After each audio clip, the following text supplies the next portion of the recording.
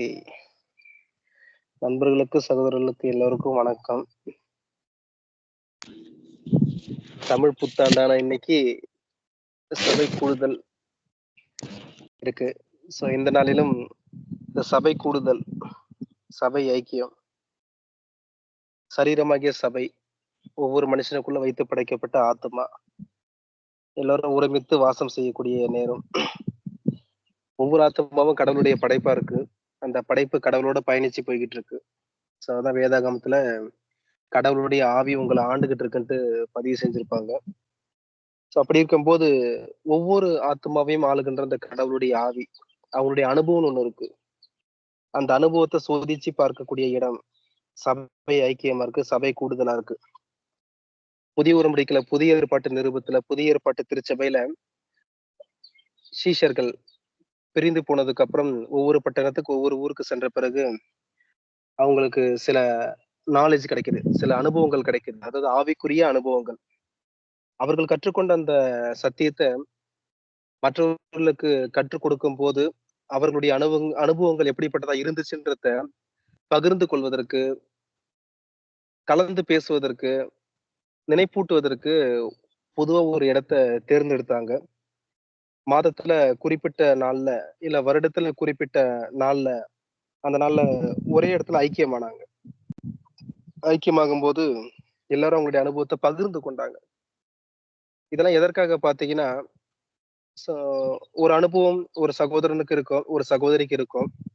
ஒரு சில அனுபவங்கள், அந்த ஆவிக்குரிய அனுபவங்கள் ஒரு சில சகோதரிக்கு இருக்காம இருக்கும், சகோதரர்களுக்கு இல்லாம இருக்கும், கிடைக்காம இருக்கணும். அதை அனுபவிச்சிருக்க மாட்டாங்க.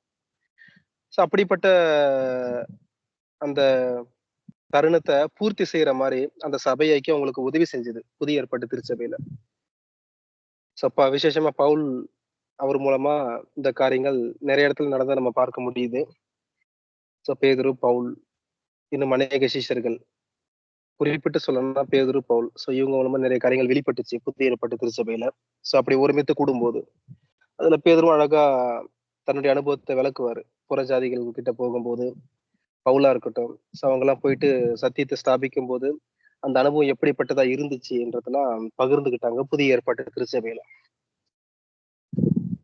இன்னைக்கும் அந்த அடிச்சுவிட பிடிக்கிற நாமளும் அந்த மாதிரிய முன்வைக்கணும்னு ஆசைப்பட்டுதான் இப்படிப்பட்ட சபை ஐக்கியங்களை ஏற்படுத்தி பயணிச்சு போய்கிட்டு இருக்கோம்.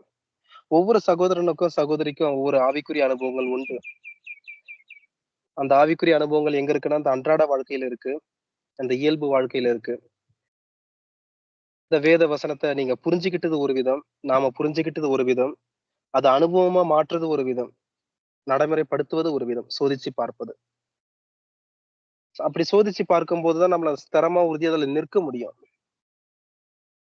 எங்க சோதிச்சு பார்த்தேன் பிரதர்? எப்படி சோதிச்சு பார்த்தோன்னா, ஒரு சகோதரன் சந்திக்கும் போது, ஒரு சகோதரியை சந்திக்கும் போது, குடும்ப உறவுகள்ல, நண்பர்கள் மத்தியில, இல்ல சத்தியத்தை பேசும்போது, தியானிக்கும் போது, பிரஸ்தாபப்படுத்தும் போது, இப்படிப்பட்ட நேரத்துல இன்னும் ஒரு தெளிவை நீங்க பார்த்திருப்பீங்க. அப்படிப்பட்ட தெளிவு ஒரு பயிற்சியா மாறி இன்னைக்கு இந்த வேத வசனத்தை அணுகும்போது உங்களுக்கு அது ஒரு வெளிச்சத்தை கொடுக்குது, உங்களுக்கு நல்ல உதவியா இருக்கு. இது ரொம்ப அற்புதமான ஒரு விஷயம். சபை கூடுதல், சபை ஐக்கியம். இப்படிப்பட்ட வெளிச்சமுள்ள ஒரு சகோதர சகோதரிகள் ஒருமித்து வேத வசனத்தை தியானிக்கும் போது அது இன்னும் அற்புதமா இருக்கும். அதான் வேத வசனத்துல பதிவு செஞ்சாங்க, அந்த சபை ஐக்கியத்துல அனந்த ஞானம் வெளிப்படும், அதை உத்து பார்க்க தேவ தூதர்களும் ஆசையா இருந்தாங்க. தேவ தூதர்களுக்கும் புலப்படாத சில விஷயங்கள், மாம்ச கண்ணுக்கு புலப்படாத சில விஷயங்கள், விசேஷமா நம்ம கூட்டுக்குள்ள வச்சு படைக்கப்பட்ட அந்த ஆத்தும ருசி பார்க்குது. அந்த மன்னவ கடவுள் நித்தமும் கொடுத்துக்கிட்டு இருக்காரு. அதை அனுபவிக்கிறதுக்கான ஒரு வாய்ப்பு நாம மட்டும் இல்ல, இதை பார்க்கிற கேட்கிற ஒவ்வொரு சகோதர சகோதரிகளும் இந்த புரிந்துணர்வுக்குள்ள வர முடியும். அதனாலதான் இப்படிப்பட்ட ஒரு முன்மாதிரியா புதிய ஏற்பாட்டு சகோதரர்கள் வச்சுட்டு போயிருந்தாங்க. இன்னைக்கு அந்த அடிச்சுவடை பிடிச்சு இந்த நாளில நம்ம ஒரு அடிச்சுவடை எடுத்து வைக்க போறோம். நம்ம தொடர்ச்சியா சபை ஐக்கியத்துல, சபை கூடுதல்ல பழைய ஏற்பாட்டு புஸ்தகத்துல நீதிமொழிகள் 6வது அதிகாரத்துல இருந்து பார்த்துக்கிட்டு இருக்கோம். கடந்த வாரத்தில் நீதிமொழிகள் 6:15 வரையும் பார்த்திருக்கோம். முடிக்கும் போது 16வது வசனத்துல 6 காரியங்கள் சொல்லிட்டு கடவுள் பேசியிருக்காரு. அந்த 6 காரியங்கள் என்னன்ட்டு அடுத்த வாரத்துல இருந்து நம்ம தியானிப்போம் அப்படின்ட்டு சொல்லி முடிச்சிருந்தோம் கடந்த வாரத்துல. நிறைய விஷயங்கள் பேசப்படுது. எண்கள் வந்து நிறைய இருக்கு. 12 அதிகமா பேசப்பட்டிருக்கு, 6 அதிகமா பேசப்பட்டிருக்கு, 3 அதிகமா பேசப்பட்டிருக்கு. இப்படி நிறைய எண்கள் 1000, 100 இப்படி நிறைய எண்கள் முழுமையா அதிகமா பேசப்பட்டிருக்கு வேதாகமத்துல. சோ அந்த எழுத்த ஃபோக்கஸ் பண்றத விட்டுட்டு, அந்த எழுத்து கூறக்கூடிய அந்த அர்த்தத்த புரிஞ்சுக்க ட்ரை பண்ணும்போது நமக்கு அந்த புரிதல் கிடைக்குது. அப்படிதான் இன்னைக்கு ஒரு சில காரியங்கள் வரிசைப்படுத்தப்பட்டுள்ளது. அதுல 6 காரியங்கள் குறித்து கர்த்தர் வெறுக்கிறார் அப்படின்ட்டு பேசப்பட்டிருக்கும். நீதிமொழிகள் 6வது அதிகாரத்துல 16வது வசனத்துல. இங்கேயும் 6, 16. அது என்ன 6ன்னு பார்ப்போம். வாசிக்கிறேன் நான் உங்களுக்கு. நீதிமொழிகள் 6வது அதிகாரம் 16வது வசனம். 6 காரியங்களை கர்த்தர் வெறுக்கிறார். 7ம் அவருக்கு அருவருப்பானவைகள். 6 காரியங்கள கடவுள் வெறுக்கிறாராம். 7ம் அவருக்கு அருவருப்பானவங்களா இருக்காம். அப்ப அவர் வெறுக்கிற காரியம் 6 விஷயமா இருக்காம். 7 விஷயங்கள் அவருக்கு அருவருப்பா இருக்காம். இதுல எண் முக்கியம் இல்ல. அவருக்கு கடவுளுக்கு வந்து அவர் வெறுக்கிற காரியங்கள் வரிசைப்படுத்தும்போது அதனுடைய எண்ணிக்கை 6ஆ இருக்கு. அவ்வளவுதான். அவருக்கு அருவருப்பான காரியங்கள் வரிசைப்படுத்தும்போது 7ஆ இருக்கு. 7 தலைப்பறக்கத்துல 7ன்னு போட்டிருக்காங்க. சோ எண் முக்கியம் இல்ல. சொல்லப்பட்ட விஷயங்கள் தான் முக்கியம். அப்ப என்னன்றத நீதிமொழிகள வாசிக்க இருக்கோம். நான் வாசிக்கிறேன் அத. அவையாவன அப்படின்ட்டு 17வது வசனத்துல பதிவு செஞ்சிருக்காங்க. மேட்டிமையான கண், பொய் நாவு, குற்றமற் குற்றமற்றவர்களுடைய ரத்தம் சிந்துகை. துரோ துராலோசனையை துரோலோசனையை பிணைக்கும் இருதயம். துரா துராலோசனையை பிணைக்கும் இருதயம். தீங்கு ஆலோசனையா? ஓகே. ஓஹோ. ம். ஆலோசனையை பிணைக்கும் இருதயம். ஓகே. தீங்கு செய்வதற்கு விரைந்தோடும் கால். ஓகே. அபத்தம் பேசும் பொய் சாட்சி, சகோதரருக்குள்ளே விரோதத்தை உண்டு பண்ணுதல் ஆகிய இவைகளே. இது வந்து அருவருப்பு இல்ல. கர்த்தர் வெறுக்கிற 6 காரியங்கள் குறித்து இந்த 6 விஷயத்தையும் பதிவு செஞ்சிருக்காரு.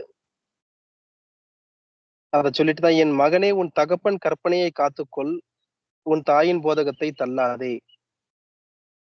அவைகளை எப்பொழுதும் உன் இருதயத்திலே அணிந்து அவைகளை உன் கழுத்திலே கட்டிக்கொள். இது வந்து சொல்யூஷன். அருவருப்பான சில காரியங்கள் குறித்து அங்க வருஷப்படுத்துறாங்க. அதுல இருந்து மீண்டு வருவதற்கு எப்படி அப்படின்றதுக்கு அந்த பதில வந்து 20, 21, 22, 23 தொடர்ந்து அத பதில் குடுத்துட்டு வராங்க. சோ அப்படிப்பட்ட நீ கடந்த வாரத்துல நீதிமொழியில பார்த்தோம். ஆ சிக்கல் வருது, கஷ்டங்கள் வருது, துன்பங்கள் வருது. அது ஒரு வகை.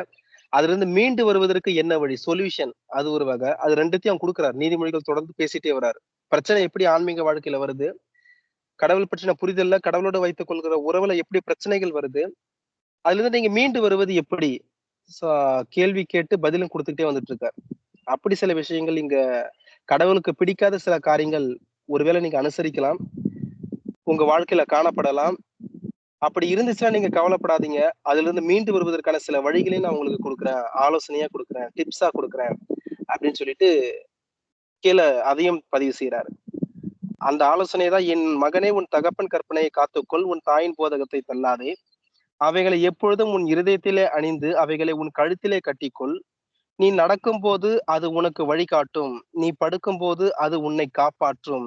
நீ விழிக்கும்போது அது உன்னோடே சம்பாஷிக்கும். கட்டளையே விளக்கு, வேதமே வெளிச்சம், போதக சிற்றையே ஜீவ வழி. சோ இப்படி தொடர்ச்சியா பேசிட்டே வராரு. இதுல நம்ம கவனிச்சு பார்க்க வேண்டிய ஒரு விஷயம், நம்முடைய வாழ்க்கையில இது இருக்கா அப்படின்ட்டு முதல்ல சோதிச்சு பார்க்கணும். ஏன் இத குறிப்பிட்டு பேசுறாரு நீதிமொழிகள்ல அப்படின்னு பார்க்கும்போது, சோ இப்படிப்பட்ட தன்மைகள் ஆத்துமா கிட்ட காணப்படுது.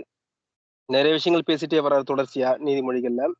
அதுல இந்த நம்ம தியானிக்கக்கூடிய குறிப்பிட்ட இந்த இடத்துல பாத்தீங்கன்னா, மனுஷனுக்குள்ள காணப்படுற சில விஷயங்கள். அது என்னென்ன விஷயங்கள்? அது கடவுள் வந்து வெறுக்கிற சில விஷயமா இருக்கு. மேட்டிமையான கண் அப்படின்ட்டு ஒரு காரியத்த பதிவு செய்றாரு. எழுத்தின்படி உங்க முதல்ல இந்த வார்த்தைக்கு உண்டான அர்த்தத்த புரிஞ்சு கொள்ளுங்க. புரிதலுக்குள்ள வாங்க. சோ இப்படிப்பட்ட தவற உங்களுடைய ஆன்மா, இல்ல எனக்குள்ள இருக்கிற ஆன்மா எப்ப அது செஞ்சுது? இல்ல எப்படி செஞ்சுகிட்டு இருக்கு? எப்படி செஞ்சுது? ஸோ நம்ம எப்ப அந்த தவறை செஞ்சோம் அந்த ஸ்பிரிச்சுவல் லைஃப்ல, ஸோ அந்த இடத்துக்கு கடந்து போகணும். டைம் டிராவல் மாதிரி கடந்த வாரத்துல பார்த்த மாதிரி ஒண்ணு. ரெண்டாவது பொய் நாவு, இதுவும் காணப்பட்டிருக்கு. இந்த தன்மையில உங்களுடைய ஆன்மீக வாழ்க்கையில நடந்திருக்கு. இது கடவுளுக்கு இந்த காரியங்களை கடவுள் வெறுக்கிறாரு அப்படின்ட்டு சொல்றாரு. குற்றமற்றவருடைய ரத்தம் சிந்துகை. ஸோ இதற்கு இந்த 3 வார்த்தைக்கு உண்டான புரிதல். குற்றமற்றவருடைய ரத்தம் சிந்துகை. இது ஒரு விஷயத்த பதிவு செய்து, இது ஒரு காரியத்தை பேசுது. அது என்னன்ட்டு அது தியானிக்கணும். குற்றமற்றவருடைய ரத்தம் சிந்துகைன்னா அதுக்கு ஒரு பொருள் இருக்கு. ஸோ அதை தியானிக்கணும். அதுக்கப்புறம் தூர ஆலோசனையை பிணைக்கும் இருதயம். ஸோ நமக்குள்ள நடக்கக்கூடிய ஒரு விஷயத்த பத்தி பேசுறாரு. அது தவறான விஷயமா இருக்கு. அதை பதிவு செய்யறாரு. தீங்கு செய்வதற்கு விரைந்தோடும் கால். ஸோ தவற இழைப்பதற்கு, தவற செய்வதற்கு முனைப்போடு செயல்படுகிற தன்மை நமக்குள்ள காணப்படுது அப்படின்ட்டு பதிவு செய்யறாரு. அடுத்து அபத்தம் பேசும் பொய் சாட்சி. தவறான தீர்ப்பு, நியாய தீர்ப்புன்னு ஒண்ணு இருக்கு, தவறான தீர்ப்புன்னு ஒண்ணு இருக்கு. தவறான தீர்ப்பு அதுதான் சரி, அதை சரி பண்றதுதான் நியாய தீர்ப்பு. ஆனா இன்னைக்கு கிறிஸ்தவர்கள் மத்தியில நியாய தீர்ப்புனா ஒரு பயம் வந்து போச்சு. நியாய தீர்ப்புனா அந்த ஆத்மா மீட்கப்பட வேண்டும், ரட்சிக்கப்பட வேண்டும். அதுதான் நியாயமான தீர்ப்பு, அந்த ஆத்மாவுக்கு கிடைக்க வேண்டிய தீர்ப்பு.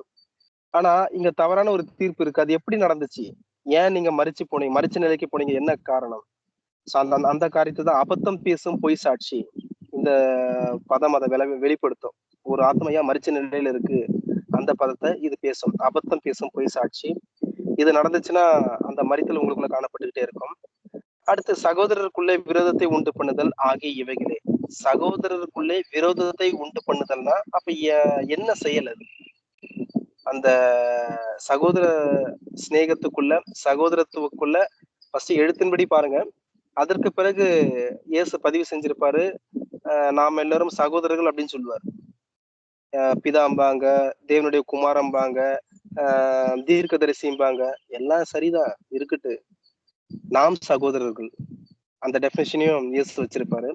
அந்த வசனத்தை வச்சு இந்த வசனத்துக்குண்டான பொருளை பார்த்தா புரிஞ்சிடும். சகோதரருக்குள்ள விரோதத்தை உண்டு பண்ணுதல் ஆகிய இவைகளே. அப்ப சகோதரத்துக்குள்ள என்ன இருக்கணும், என்ன இருக்க கூடாதுன்ற விஷயத்த 19வது வசனம் பேசுது. இந்த காரியங்கள்லாம் இருந்துச்சுன்னா கடவுளுக்கு அந்த அப்படிப்பட்ட தன்மைகளை வெறுக்கிறாரு. இந்த உணர்வுகளை வந்து கடவுளை வெறுக்கிறாரு அப்படின்ட்டு பதிவு செய்யறாரு. சரி, இப்ப தொடர்ந்து ஒவ்வொருத்தரா தியானிங்க அந்த 6 காரியத்தை. அது எப்படி நம்மளுடைய ஆன்மீக வாழ்க்கையில புலப்பட்டுச்சு, நம்ம எப்படி அதை செஞ்சோம், நீங்க செஞ்சீங்களா? சோ அத ஒப்பிட்டு பேசுங்க. உங்களுடைய அனுபவத்துக்குள்ள கடந்து போங்க. ஃபர்ஸ்ட் எழுத்தின்படி பாருங்க. ஸோ அதற்கு பொருளை வச்சு இந்த ஸ்பிரிச்சுவல் லைஃப்ல பாருங்க. ஸோ எந்த இடத்துல நாம் அந்த தவறை செஞ்சுன்றத புரிதல் நீங்க கொடுத்தீங்கன்னா, இதை கேட்கிற சகோதரர்கள் அவங்க அந்த தவறுல இருக்காங்களா இல்லையான்ட்டு புரிஞ்சிக்க முடியும். ஒருவேளை இருந்தா அதுக்கான பதிலும் கீழே நீதிமொழிகளை கொடுத்தாச்சு. அதையும் நம்ம தொடர்ந்து பார்க்க போறோம். ஸோ இதுவே நீங்க பார்த்தா கரெக்டா இருக்கும்னு நினைக்கிறேன். ஓகே, தொடர்ந்து நண்பர்கள் கையில கொடுக்குறேன். தொடர்ந்து பேசுவோம்.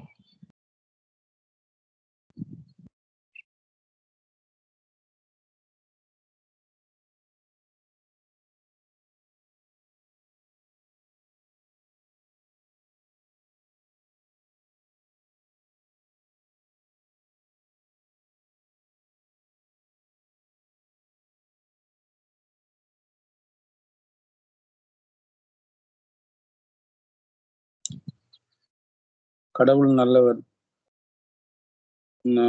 நம்ம உண்டாக்குனவர்.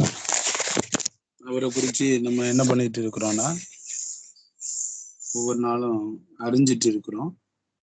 அந்த அறிஞ்சிட்டு வர்ற காரியங்கள்ல வந்து நம்ம இன்னைக்கு ஒவ்வொரு காரியங்களையும் நம்ம தியானிச்சுட்டு இருக்கிறோம். ஒவ்வொரு கடவுளால் படைக்கப்பட்ட ஒவ்வொரு மனுஷனுக்குள்ளேயும் இப்பேற்பட்ட ஒரு ரட்சிப்பு இருக்குங்கிறத வந்து, அதாவது கிறிஸ்தவர்கள் மட்டும் இல்ல, வேதம் தெளிவா சொல்லுது.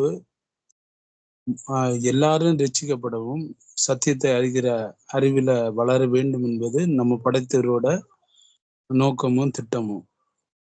அப்போ வந்து இந்த ஒருவேளை இந்த செய்தியை வந்து ஏதாவது ஒரு சகோதரிகள் புதுசா கேட்டா கூட, இது கிறிஸ்தவர்களுக்கான செய்தி, இது கிறிஸ்தவர்களோட பிரசங்கம் அப்படின்னு சொல்லி அதை தவறா புரிஞ்சு கொள்ளாம, அதாவது ரட்சிக்க அதாவது கடவுளால் படைக்கப்பட்ட ஒவ்வொரு மனு குலத்துக்கும் ஒவ்வொரு மனிதனும் இது அறிய வேண்டிய ஒரு விஷயம்.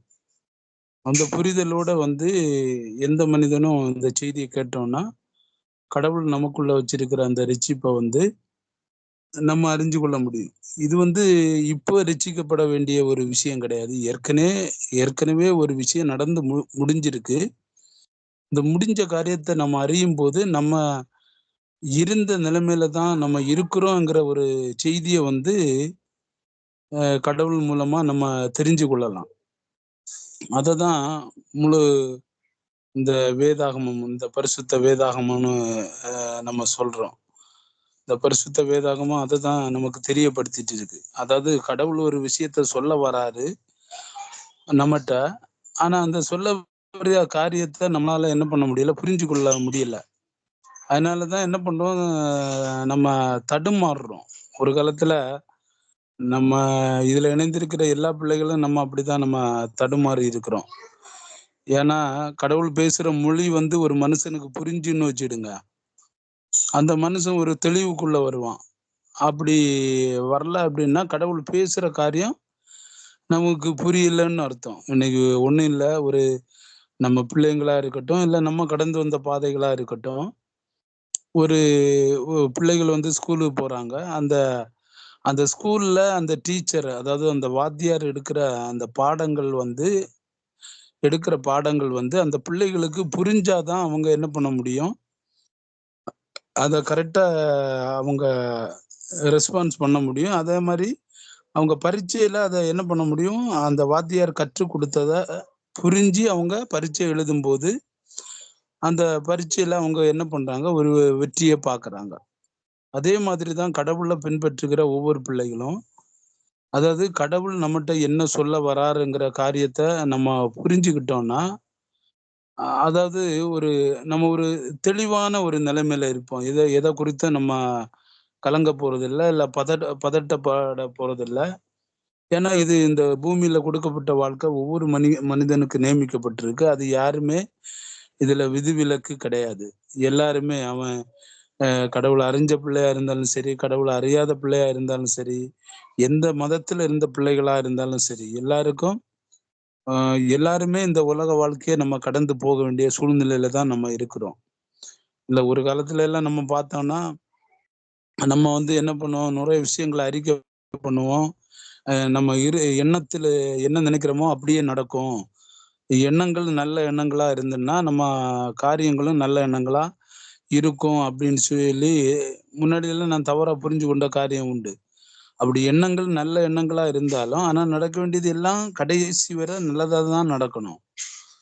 ஏன்னா அப்படின்னா நம்ம வயசும் என்ன பண்ணக்கூடாது, இளமையில தான் இருக்கணும், வயசு ஆகக்கூடாது. ஆனா எண்ணங்கள் அப்படிங்கிறத விட கடவுள் நமக்கு இந்த பூமியில கொடுக்கப்பட்ட வாழ்க்கையில நிறைய விஷயங்களை நம்ம அதை கற்றுக்கொண்டு அந்த சூழ்நிலைகளை தாண்டி நம்ம கடந்து போறோம் பாருங்க. அதுல நிறைய விஷயங்களை ஆண்டவர் நமக்கு கற்றுத்தராரு. கற்றுத்தரும் போது அதுல இருந்து ஒரு பாடம் நமக்கு தெரிய வருது. இததான் கடவுள் என்ன பண்றாரு, இந்த பூமியில நம்ம ஒவ்வொருவருக்கும் நியமிக்கப்பட்டு இந்த வாழ்க்கையை நமக்கு கொடுத்திருக்கிறாரு. அதனால எல்லாருமே இதுல கடந்து நம்ம போய் தான் ஆகணும். இதுல யாருமே விதிவிலக்கு கிடையாது. நான் தப்பிச்சிட்டேன், கடவுள் என்னை காத்தாரு அப்படின்னு யாருமே நம்ம சொல்ல முடியாது. ஒவ்வொரு பேருக்கும் எப்படி இந்த உலக வாழ்க்கை கொடுக்கப்பட்டு இருக்கிறதோ அதே மாதிரி கண்டிப்பா இந்த உலக வாழ்க்கையை நம்ம அனுபவிச்சுதான் ஆகணும். அப்போ இன்னைக்கு நம்ம நீதிமொழிகள் 6ஆம் அதிகாரத்திலிருந்து நம்ம தியானிச்சுட்டு வரோம். இதுல ஒரு தகப்பன் அதாவது எழுத்தின்படியே நம்ம பார்ப்போமே, ஒரு தகப்பன் ஒரு பிள்ளைய ஒரு தவறான வழியில போகும்போது அந்த பிள்ளைய என்ன பண்ணுவார்னா, தகப்பன் நிறைய புத்திமதி சொல்லி என்ன பண்ணுவாங்க, அந்த பிள்ளைய நல்ல வழிக்கு கொண்டு வர்றதுக்கு முயற்சி பண்ணுவாங்க. ஏன்னா எந்த தாய் தகப்பனும் என் பிள்ளை கெட்டு போட்டு, என் பிள்ளை பரவாயில்ல அந்த தப்பான ரூட்ல போயிட்டான், அதனால அவன் அப்படியே திருந்தி வந்துருவான் அப்படின்னு சொல்லி நம்ம உலக பிரகாரமாகவே இல்ல மாம்சத்தின்படியே இன்னைக்கு இந்த உலகத்துல நம்ம வாழ்றோம். வாழ்ற தாய் தகப்பனும் ஒருவேளை அவன் திருந்தி வரட்டுன்னு ஒரு எண்ணம் இருந்தாலும், ஆனா அவங்க மனசு என்ன பண்ணிட்டே இருக்கும்னா, துடிச்சுக்கிட்டே இருக்கும். இல்லையே அவன் போற வழி சரியில்லையே, அவன் போற ரூட்டு தவறான ரூட்டா இருக்கு.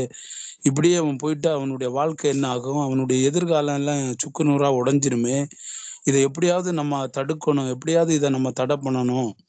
அப்படின்னு சொல்லி பெற்றவர்களாகிய நம்மளே நம்ம பிள்ளைகள குறித்து அதிக ஜாக்கிரதை உள்ள நம்ம இருக்கிறோம். அ அப்போ நம்மள இந்த உலகத்துல படைச்சு, இந்த ரட்சிப்ப நம்ம சுதந்தரிக்க, இந்த படைச்சவருடைய நோக்கத்த நம்ம புரிய, அவர் சொல்ல வர விஷயத்த நம்ம சரியா நம்ம புரிஞ்சுக்கிறது படைத்தவருடைய ஒரு ஏக்கம், ஒரு தவிப்புன்னு கூட நம்மளால சொல்ல முடியும். அவரும் அப்படியே நம்மள விட்டு விடுகிற கடவுள் கிடையாது. ஏன்னா சரி போட்டு அவன் எப்படியோ அடிபட்டு திருந்திப்பட்டு ஏன்னா கண்டிப்பா ஒரு மனுஷன் அந்த மனுஷனுக்குள்ள ஒரு ஒரு உணர்வு வந்து அது மனம் திரும்பி ஓ நம்ம போற காரியங்கள் தவறா இருக்கு நம்ம போற ரூட்டு தவறா இருக்குங்கிற அந்த உணர்வுக்குள்ள திருந்தி வரவங்களும் இருக்கிறாங்க. ஆனா அந்த உணர்வுல நம்ம போய் மாட்டிக்கொள்ளாதபடி தகப்பனுடைய சரியான ஒரு அந்த ஆலோசனை நம்ம கேட்டு போனோம்னா அந்த அந்த தவறான விஷயத்துல நம்ம மாற்றிக்கொள்ள வேண்டிய அவசியம் இல்ல. ஆனா ஒரு சிலவங்க பார்த்தீங்கன்னா, அந்த தவறான விஷயத்துல போய் மாட்டிட்டு, அதுக்கப்புறம் என்ன பண்ணுவாங்க, அடிபட்டு திருந்தி, "ஐயய்யோ! நான் தவறான விஷயத்துல மாட்டிட்டேனே! இனிமே நான் இந்த தவற பண்ண மாட்டேன்.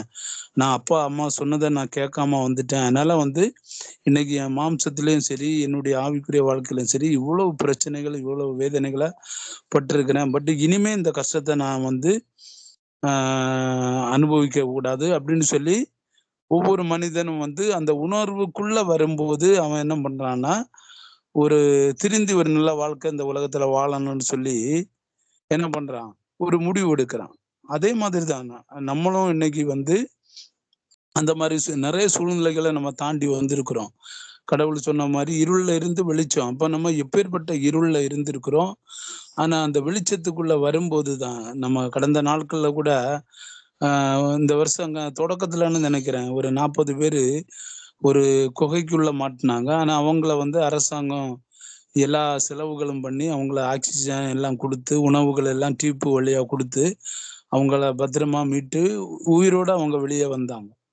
ஆனா வெளிய வந்த பிறகு தான் தெரியுது, இருள் எவ்வளோ கொடுமையானது. எப்பேர்ப்பட்ட ஒரு ஒரு அதாவது நம்ம உயிர் போகிற நிலைமையில இருந்து நம்ம எப்படி தப்பிச்சு வந்திருக்கிறோங்கிறத அவங்க வெளிய வந்த பிறகு கண்டிப்பா உணர்ந்திருப்பாங்க. அதே மாதிரி தான் இன்னைக்கு நம்மளுடைய தகப்பனுடைய அந்த வசனத்த நுறைய காரியங்கள் நம்ம தவறா புரிஞ்சிருக்கிறோம். தவறா நம்ம பிரசங்கம் பண்ணியிருக்கிறோம்.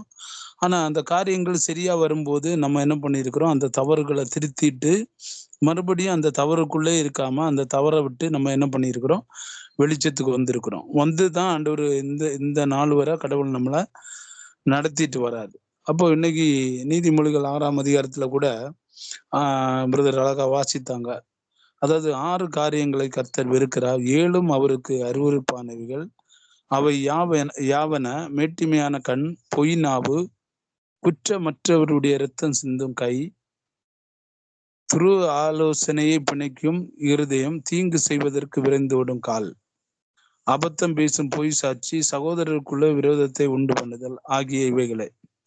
அப்போ இன்னைக்கு கூட நுறைய விஷயம் நான் பண்ணியிருக்கிறேன். சகோதரர்களுக்குள்ளே விரோதத்தை உண்டு பண்ணுதல்ன்னு நம்ம பார்த்தோம்னா, தவறான விஷயங்கள நம்ம அறிவிக்கிற ஒரு காரியம். இப்போ எழுத்தின்படி நம்ம பார்த்தோம்னா என்ன பண்ணுவோம்? ஒரு சகோதரனுக்கு விரோதமா அந்த சகோதரன் கொஞ்சம் நல்லா வளர்ந்துட்டான், நல்லா வளர்ச்சி அடைந்துட்டான். இல்ல பொருளாதாரத்திலயும் சரி, பூமிக்குரிய ஆசீர்வாதத்திலயும் அவரு நல்லா கொஞ்சம் செழிப்பா வந்துட்டாருன்னா, நம்ம என்ன பண்ணுவோம்? அவன் பாருடா எப்படி அத சம்பாதிச்சான்? எப்படியோ கொள்ளையடிச்சு எப்படியோ அவனுக்கு பணம் கிடைச்சிருக்கு. அதனால பாரு நல்ல லெவல்ல வந்துட்டான். இவன எப்படியாவது என்ன பண்ணணும்? மறுபடியும் இந்த லெவல்ல இருந்து கீழ அவன தள்ளி விடுறதுக்கு என்னென்ன காரியங்கள் உண்டோ, அந்த காரியங்கள் எல்லாம் நம்ம என்ன பண்ணுவோம்? அந்த சகோதரன பிடிக்கலன்னா, அந்த சகோதரனுக்கு விரோதமா நம்ம என்ன பண்ணிட்டு இருப்போம்? அநேக காரியங்கள நம்ம பண்ணி எப்படியாவது அந்த சகோதரன் அழிஞ்சிரணும்னு ஒரு எண்ணங்கள் இருக்கும் ஒரு மனுஷனுக்கு. அதே மாதிரி தான் இன்னைக்கு கூட பார்த்தோம்னா, நம்ம எல்லாம் தேவனுடைய பிள்ளைகளா இருக்கிறோம். ஒரே சகோதரர்களா இருக்கிறோம். தேவனுடைய அவயங்களா இருக்கிறோம். நம்ம எல்லாரும் தேவனுடைய ஆலயமா இருக்கிறோம். ஆனா இன்னைக்கு தேவன் அநேக காரியத்த நமக்கு வெளிச்சத்துல கொண்டு வராரு. ஆனா அந்த வெளிச்சத்த ஓப்பனா என்ன பண்ண முடியல? சகோதரருக்கு அது சொல்ல முடியல. ஏன்னா சுவிசேஷம் எல்லாமே இன்னைக்கு ஒரே கலப்படமா இருக்கு. ஏன்னா ஓப்பனா பேச முடியல. ஏன்? முன்னாடி ஒரு பழமொழி சொல்லுவாங்க, மடியில கணம் இருந்தா என்ன பண்ண முடியாது, நிமிர்ந்து நிக்க முடியாது. அப்போ இன்னைக்கு வந்து ஒரு கடவுளுடைய பிள்ளை, கடவுளா சரியா புரிஞ்சுகிட்ட ஒரு கடவுளுடைய பிள்ளை, அந்த கடவுளுடைய வார்த்தைய மறைக்காம என்ன பண்ணுவான்னா, தன்னோடு இருக்கிற சகோதரங்களுக்கு கடவுள் வெளிப்படுத்தி கொடுத்த அந்த வெளிச்சத்த அவர் என்ன பண்ணுவாரு, ஓப்பனா சொல்லிக் கொடுக்கணும். அதுக்காக தான் கடவுள் என்ன பண்றாரு, ஒரு காரியத்த ஒரு இன்னொரு சகோதரன் மூலமாவோ என்ன பண்றாரு, வெளிப்படுத்துறாரு. ஆனா அந்த வெளிப்படுத்துகிற காரியங்கள் கூட இன்னைக்கு எப்படின்னா, அதாவது கிறிஸ்துவ பின்பற்றுகிற சபைகளா இருந்தாலும் சரி, இல்ல பிற மதத்துல இருந்த பிள்ளைகளா இருந்தாலும் சரி, அந்த வெளிச்சத்த அவங்களால என்ன பண்ண முடியல, கரெக்ட்டா சொல்ல முடியல. ஏன் சொல்ல முடியல? அ அதாவது ஒவ்வொரு மனுஷனுக்குள்ளயும் ஒரு ஒரு நம்ம வேதத்துல சொன்ன மாரி வஞ்சகம், சூது, கபடு, தந்திரங்கள் இந்த மாரியே காரியங்கள் இருக்கு. ஒருவேளை அந்த சகோதரன் இந்த காரியங்கள கேட்டு விடுதலை பெற்றுருவாரோ அப்படின்னு கூட ஒரு தவறான ஒரு எண்ணங்கள் கூட இருக்கு. ஆனா படைச்சவருடைய விருப்பம் பார்த்தீங்கன்னா, எல்லாருமே அந்த விடுதலைக்குள்ள நம்ம வரணும். எல்லாருமே அந்த விடுதலைய அனுபவிக்கணும். எல்லாருமே குழந்தையா இருக்கக்கூடாது. எல்லாருமே அவர அறிகிற அறிவுல வளரணும். இப்ப நம்ம கடவுள அறிஞ்சிட்டோம். நான் ரட்சிக்கப்பட்டுட்டேன். நான் ஞானஸ்நானம் எடுத்துட்டேன். கடவுள அறிஞ்சுட்டேன். அவ்வளவுதான் முடிஞ்சுங்கிற ஒரு நிலைமையில தான் இன்னைக்கு வந்து அநேக சபைகளா இருந்தாலும் சரி, கடவுள அறியாத பிள்ளைகளும் அப்படியே ஓடிட்டு இருக்கிறாங்க. ஆனா கடவுள் இங்க தெளிவா சொல்றாரு. அப்போஸ்தலனாகிய பவுலா இருந்தாலும் சரி, சீசர்களா இருந்தாலும் சரி, எல்லாருமே ஒரு விஷயத்த இங்க நம்ம ஒரு பதிவு பண்றாங்க. அதாவது ஒரு விஷயத்த நம்ம அறிஞ்சோம்னா, அந்த விஷயத்துல நம்ம என்ன பண்ணணும்னா, அதுல வளரணும். அத சிந்திக்கணும், அத யோசிக்கணும். அந்த விஷயத்த வந்து நம்ம என்ன பண்ணணும், நடைமுறைக்குள்ள கொண்டு வரணும். கொண்டு வந்த அந்த நடைமுறைக்குள்ள கொண்டு வந்த அந்த காரியத்த என்ன பண்ணணும், எல்லாருக்கும் அறிவிக்கணும் என்கிற ஒரு நோக்கம் இருந்தா தான் இந்த காரியங்கள நம்ம என்ன பண்ண முடியும், அறிவிக்க முடியும். அப்போ இன்னைக்கு வந்து அப்போஸ்தலனாகிய பவுல் தெளிவா சொன்னார். வேறொரு சுவிசேஷம், வேறொரு பிரசங்கம். அதாவது உலகத்துக்கு உண்டான காரியங்கள என்ன பண்றாங்க, இந்த பைபிள்ல இருந்து எடுத்து இந்த பூமியில எப்படி நம்ம நல்லா இருக்கிறது, இந்த பூமியில நம்ம எப்படி செழிப்பா இருக்கிறது, இந்த பூமியில நம்ம எப்படி ஆசீர்வாதமா இருக்கிறது. அப்ப நீங்க பொறுமையோடு இருங்க. நீங்க விதைச்சிட்டீங்க. ஆனா சோர்ந்து போகாதங்க. ஏற்ற காலத்துல நீங்க அறுப்பீங்க. அப்படின்னு சொல்லி என்ன பண்றாங்க, அவங்க சோர்ந்து போன நேரத்துல அந்த ஆத்துமாக்களுக்கு தவறான ஒரு காரியங்கள அவங்க என்ன பண்ணிட்டு இருக்கிறாங்க, விதைக்கிறாங்க. ஆனா விதைங்கிறது வேத வசனம்ங்கிறது வந்து நம்மளுடைய வேதாகமம், பரிசுத்த வேதாகமம் தெளிவா சொல்றாரு. விதைக்க ஒருவன் புறப்பட்டான்.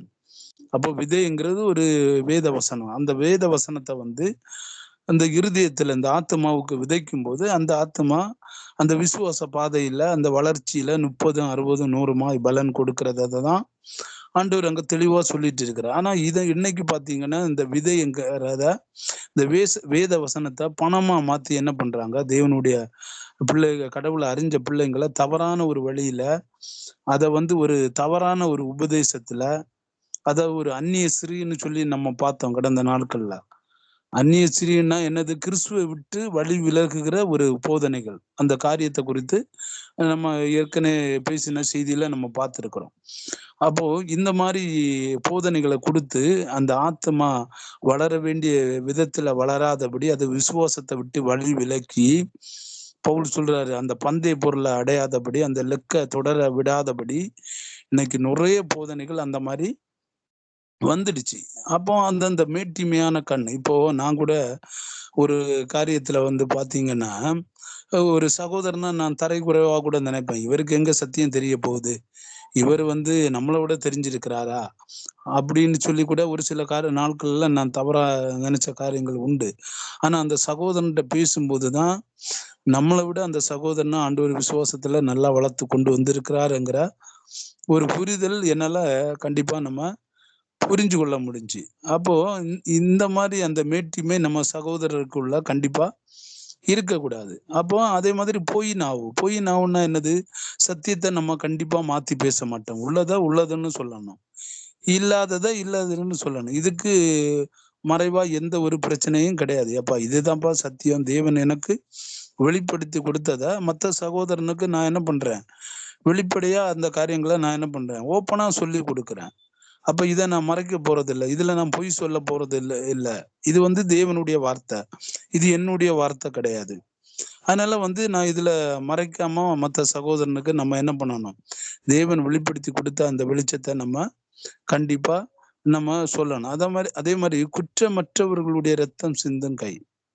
இன்னைக்கு வந்து குற்றமற்றவர்களுடைய ரத்தம் சிந்தும் கை அப்படின்னா என்னன்னு பாத்தீங்கன்னா, இப்போ எழுத்தின்படி நம்ம பார்த்தோம்னா, ஒருத்தர் வந்து ஒரு செயலை பண்றாருன்னா, ஒரு தவறான செயல், அது ஒரு கொலை குற்றமா இருந்தாலும் சரி, இல்ல ஒரு தீங்கான ஒரு காரியமா இருந்தாலும் சரி, அப்போ அந்த காரியத்துக்கு வந்து நம்ம என்ன பண்றோம்னா, துணை போடுற மாதிரி நம்ம என்ன பண்றோம், சில வேளையில வந்து சில செயல்களை நம்ம செஞ்சிடுறோம்.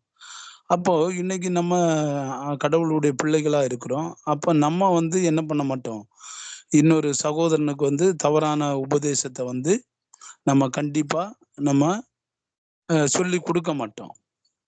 அப்போ அப்படி அந்த மாதிரி நம்ம சொன்னோம்னா அந்த ஆத்மாவை நம்ம என்ன பண்றோம், மரணத்துக்கு ஏதுவாக நடத்துற ஒரு காரியமாக இருக்கு. அப்போ இந்த மாதிரி காரியங்களை வந்து ஆண்டவர் நமக்கு தொடர்ந்து பேசி இருக்கிறாரு. எனக்கு இதுல புரிஞ்சு கொண்ட காரியத்தை உங்களுக்கு நான் சொல்லி இருக்கிறேன். மற்ற காரியங்களை வந்து மற்ற சகோதரர்கள் வந்து விளக்குங்க. நானும் அது அறிஞ்சு கொள்றதுக்கு எனக்கு பிரயோஜனமா இருக்கும். எனக்கு தெரிஞ்ச வரைக்கும் நான் அந்த புரிஞ்சு கொண்ட காரியத்தை நான் இப்ப பேசியிருக்கிறேன். தேங்க்யூ அண்ணா.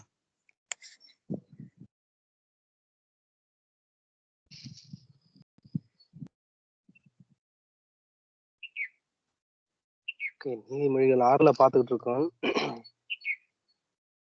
மேட்டிமையான கண்,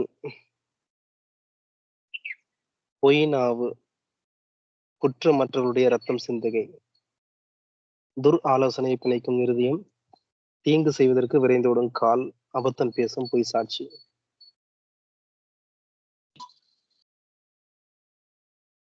மற்ற நண்பர்கள்?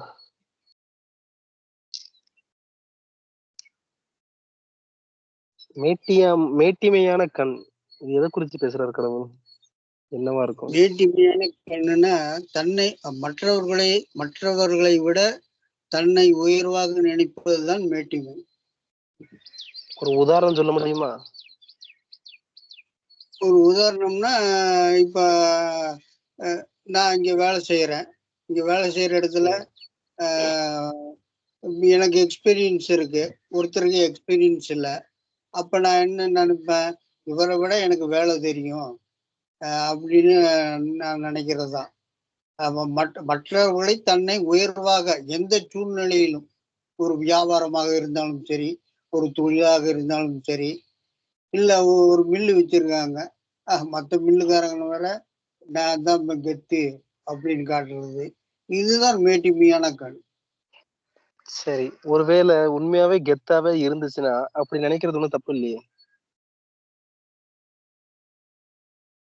ஒருவேளை என்னை விட உங்களை விட நீங்க கம்பேர் பண்ற சகோதரர்கள் வேலை கம்மியாவே செஞ்சிருப்பாங்கன்னு வச்சுங்களேன், திறமை கம்மியாவே இருக்குன்னு வச்சுங்களேன், அது இருக்கிறதான்னு நீங்க நினைக்கிறீங்க. அவங்களுக்கு திறமை கம்மியா இருக்கு, உங்களுக்கு திறமை அதிகமா இருக்கு. இல்ல மத்த கம்பெனியோட உங்க கம்பெனி கெத்து அதிகமா இருக்கு. சோ அது இருக்கிறது தானே, இருக்கிறது நினைக்கிறது ஒன்றும் தப்பு இல்லையே. இது வந்து இது இருந்ததுன்னா வந்து நம்ம இந்த உலக காரியத்துக்கு மட்டும்தான் அது உதவும், ஆன்மீகத்துக்கு உதவாது. எப்படி சொல்றீங்க? ஆமா, இது நேர்மையான கண்கள் இதெல்லாம் அறிவை சார்ந்தது. இந்த யோசனைகள்லாம் அறிவை சார்ந்தது. பொய் நாவு, இந்த சரீர கிரியை தான் அது. குற்றமற்றவருடைய ரத்தம் சிந்துகை, பிறரை வந்து துன்பப்படுத்துறது, காயம் உண்டு பண்றது, துர் ஆலோசனை, தீங்கான ஆலோசனை. எந்த ஆலோசனை செஞ்சாலும் தீங்கான ஆலோசனை, தீங்கி செய்வதற்கு விரைந்தோடும் கால்கள். இதெல்லாம் வந்து இது வந்து அறிவு சிந்திப்பதை இந்த மாமிச அவயங்கள் செய்கிறது. ஆனா இதெல்லாம் வந்து இந்த உலக வாழ்க்கைக்கு ஒத்து வருமே தவிர ஆன்மீகத்துக்கு ஒத்தே வராது. ஏன்னா அறிவுக்கும் ஆத்மாவுக்கும் சம்பந்தமே கிடையாது. அப்ப நம்ம அப்ப ஆன்மீகத்துல இப்படிப்பட்ட மேட்டிமையான கண், சரி உங்களை விட்டுருங்களேன், வேற நண்பர்கள் சகோதர சகோதரிகிட்ட நீங்க பார்த்தது உண்டா? பார்த்திருக்கீங்களா மேட்டிமையான கண்? யாருக்காவது இருந்து பாத்திருக்கீங்களா? ஆமா, நிறைய பார்க்கும்போது நான் கேக்குறது ஸ்பிரிச்சுவல் லைஃப்ல. மேட்டிமையான கண்ணுன்னா அந்த இல்ல நான் முன்னாடி எல்லாம் எனக்கு ஒரு எண்ணம் இருக்கும். எப்படின்னா நான் கடவுளை அறிஞ்சிட்டேன், இவங்க அறியல, நான் பரலோகம் போயிடுவேன், இவங்க நரகத்துக்கு போயிடுவாங்க அப்படின்னு கூட அது அந்த ஒரு மேட்டிமை கூட சில நாட்கள்ல இருந்தது உண்டு. அப்ப அந்த மேட்டிமையான கண்ணதாங்க பேசுறாரோ கடவுள் போது, அது இருக்கக்கூடாதுன்னு சொல்றாரோ? ஆமா, அது ஆண்டவர் 6 காரியங்களை கர்த்தர் வெறுக்கிறாருன்னு தான் சொல்லி இருக்குங்க, விரும்புறாருன்னு சொல்லல. இதே நம்ம அதை வெறுக்கிற இல்ல, அதான் வெறுக்கிறதுதான். அவர் எல்லாரும் ரட்சிக்கப்படணும், சத்தியத்தை அறிவுல வளரணுங்கிறது தானே அவருடைய சித்தம்.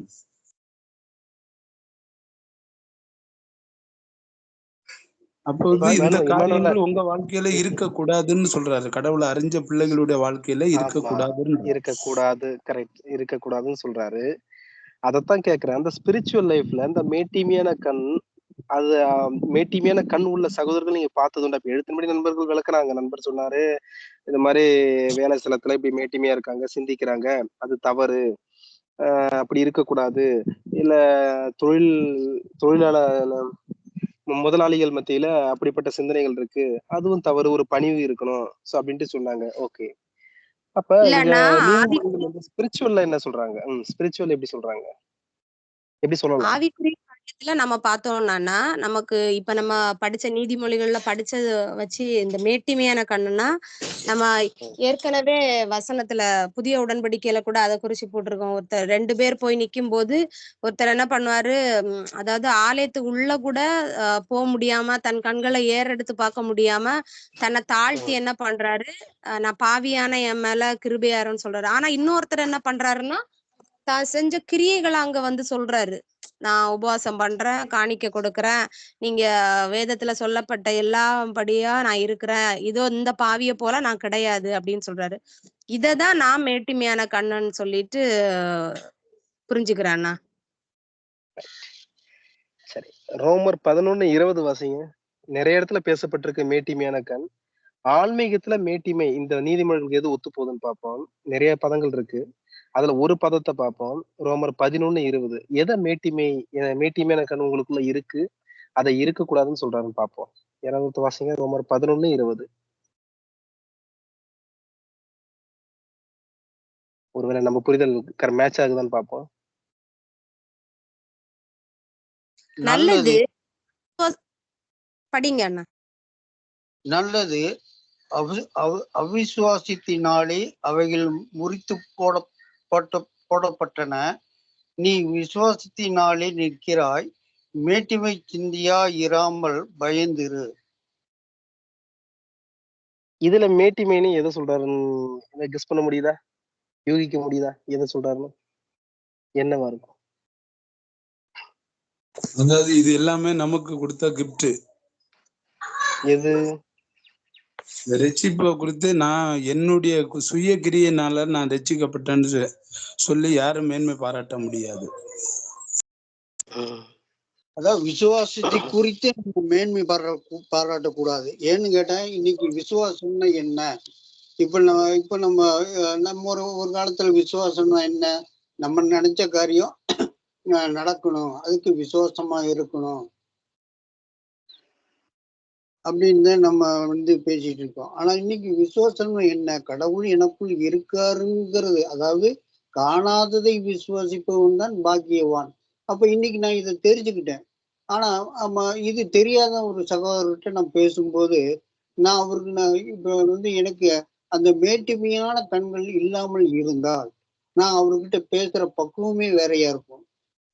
பிரதர், விசுவாசங்கிறது இந்த பொருளாதாரத்துக்காகவோ இல்ல மற்ற நம்ம குடும்ப காரியத்துக்காகவோ இதை பத்தி இந்த விசுவாசத்தை பத்தி பேசப்படல.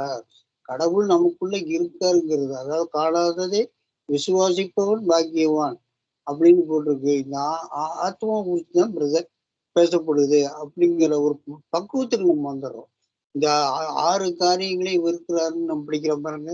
இந்த 6 காரியங்களை வெறுக்கும் போது அந்த மேட்டிமையான எண்ணங்கள் வராது. ஏன்னா நானும் 2-3 சகோதரர்கிட்ட பேசியிருக்கேன். பிஜிக்கு. ஆனா அவங்கெல்லாம் என்ன நினைக்கிறாங்க, நான் 30 வருஷம் அனுபவம் உள்ளவன், 35 வருஷம் அனுபவம். அது மேட்டிமை. அது அவங்க பேசுறது மேட்டிமை. ஆனா நான் பேசுறது நான் விசுவாசம்.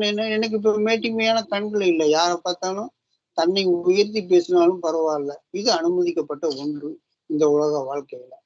அப்ப இன்னைக்கு தவறுகள், அதாவது மேட்டிமையான கண்கள், துராலோசனை, தீங்கு விளைவிக்கிற கால்கள் எல்லாத்தையும் நம்ம இன்னைக்கு உலக வாழ்க்கையில நம்ம கண்ணார பார்க்கிறோம். ஆனா அது பார்க்கும்போது இன்னைக்கு நம்ம என்ன நினைக்கிறோம், அது இப்ப நமக்கு அது இல்லாம அதையெல்லாம் நம்ம கடந்து வந்திருக்கிறோம். அப்ப அதை நம்ம தவறுன்னு சொல்ல முடியாது. ஆனா ஒரு நாளைக்கு அவங்க திருந்துவாங்க, கண்டிப்பா திருந்துவாங்க. அப்ப இந்த அவிச்சு விசுவாசம் தான் மேட்டிமையான சிந்தை. சகோதரர்கள் பேசலாம்.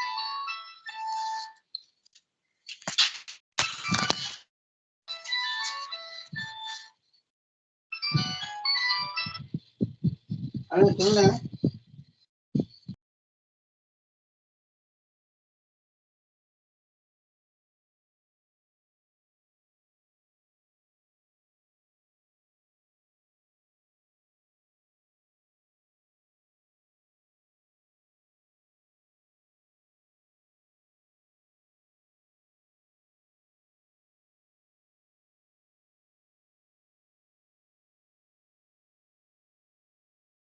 இது மேன்மை பாராட்ட நமக்கு எதுவுமே கிடையாது.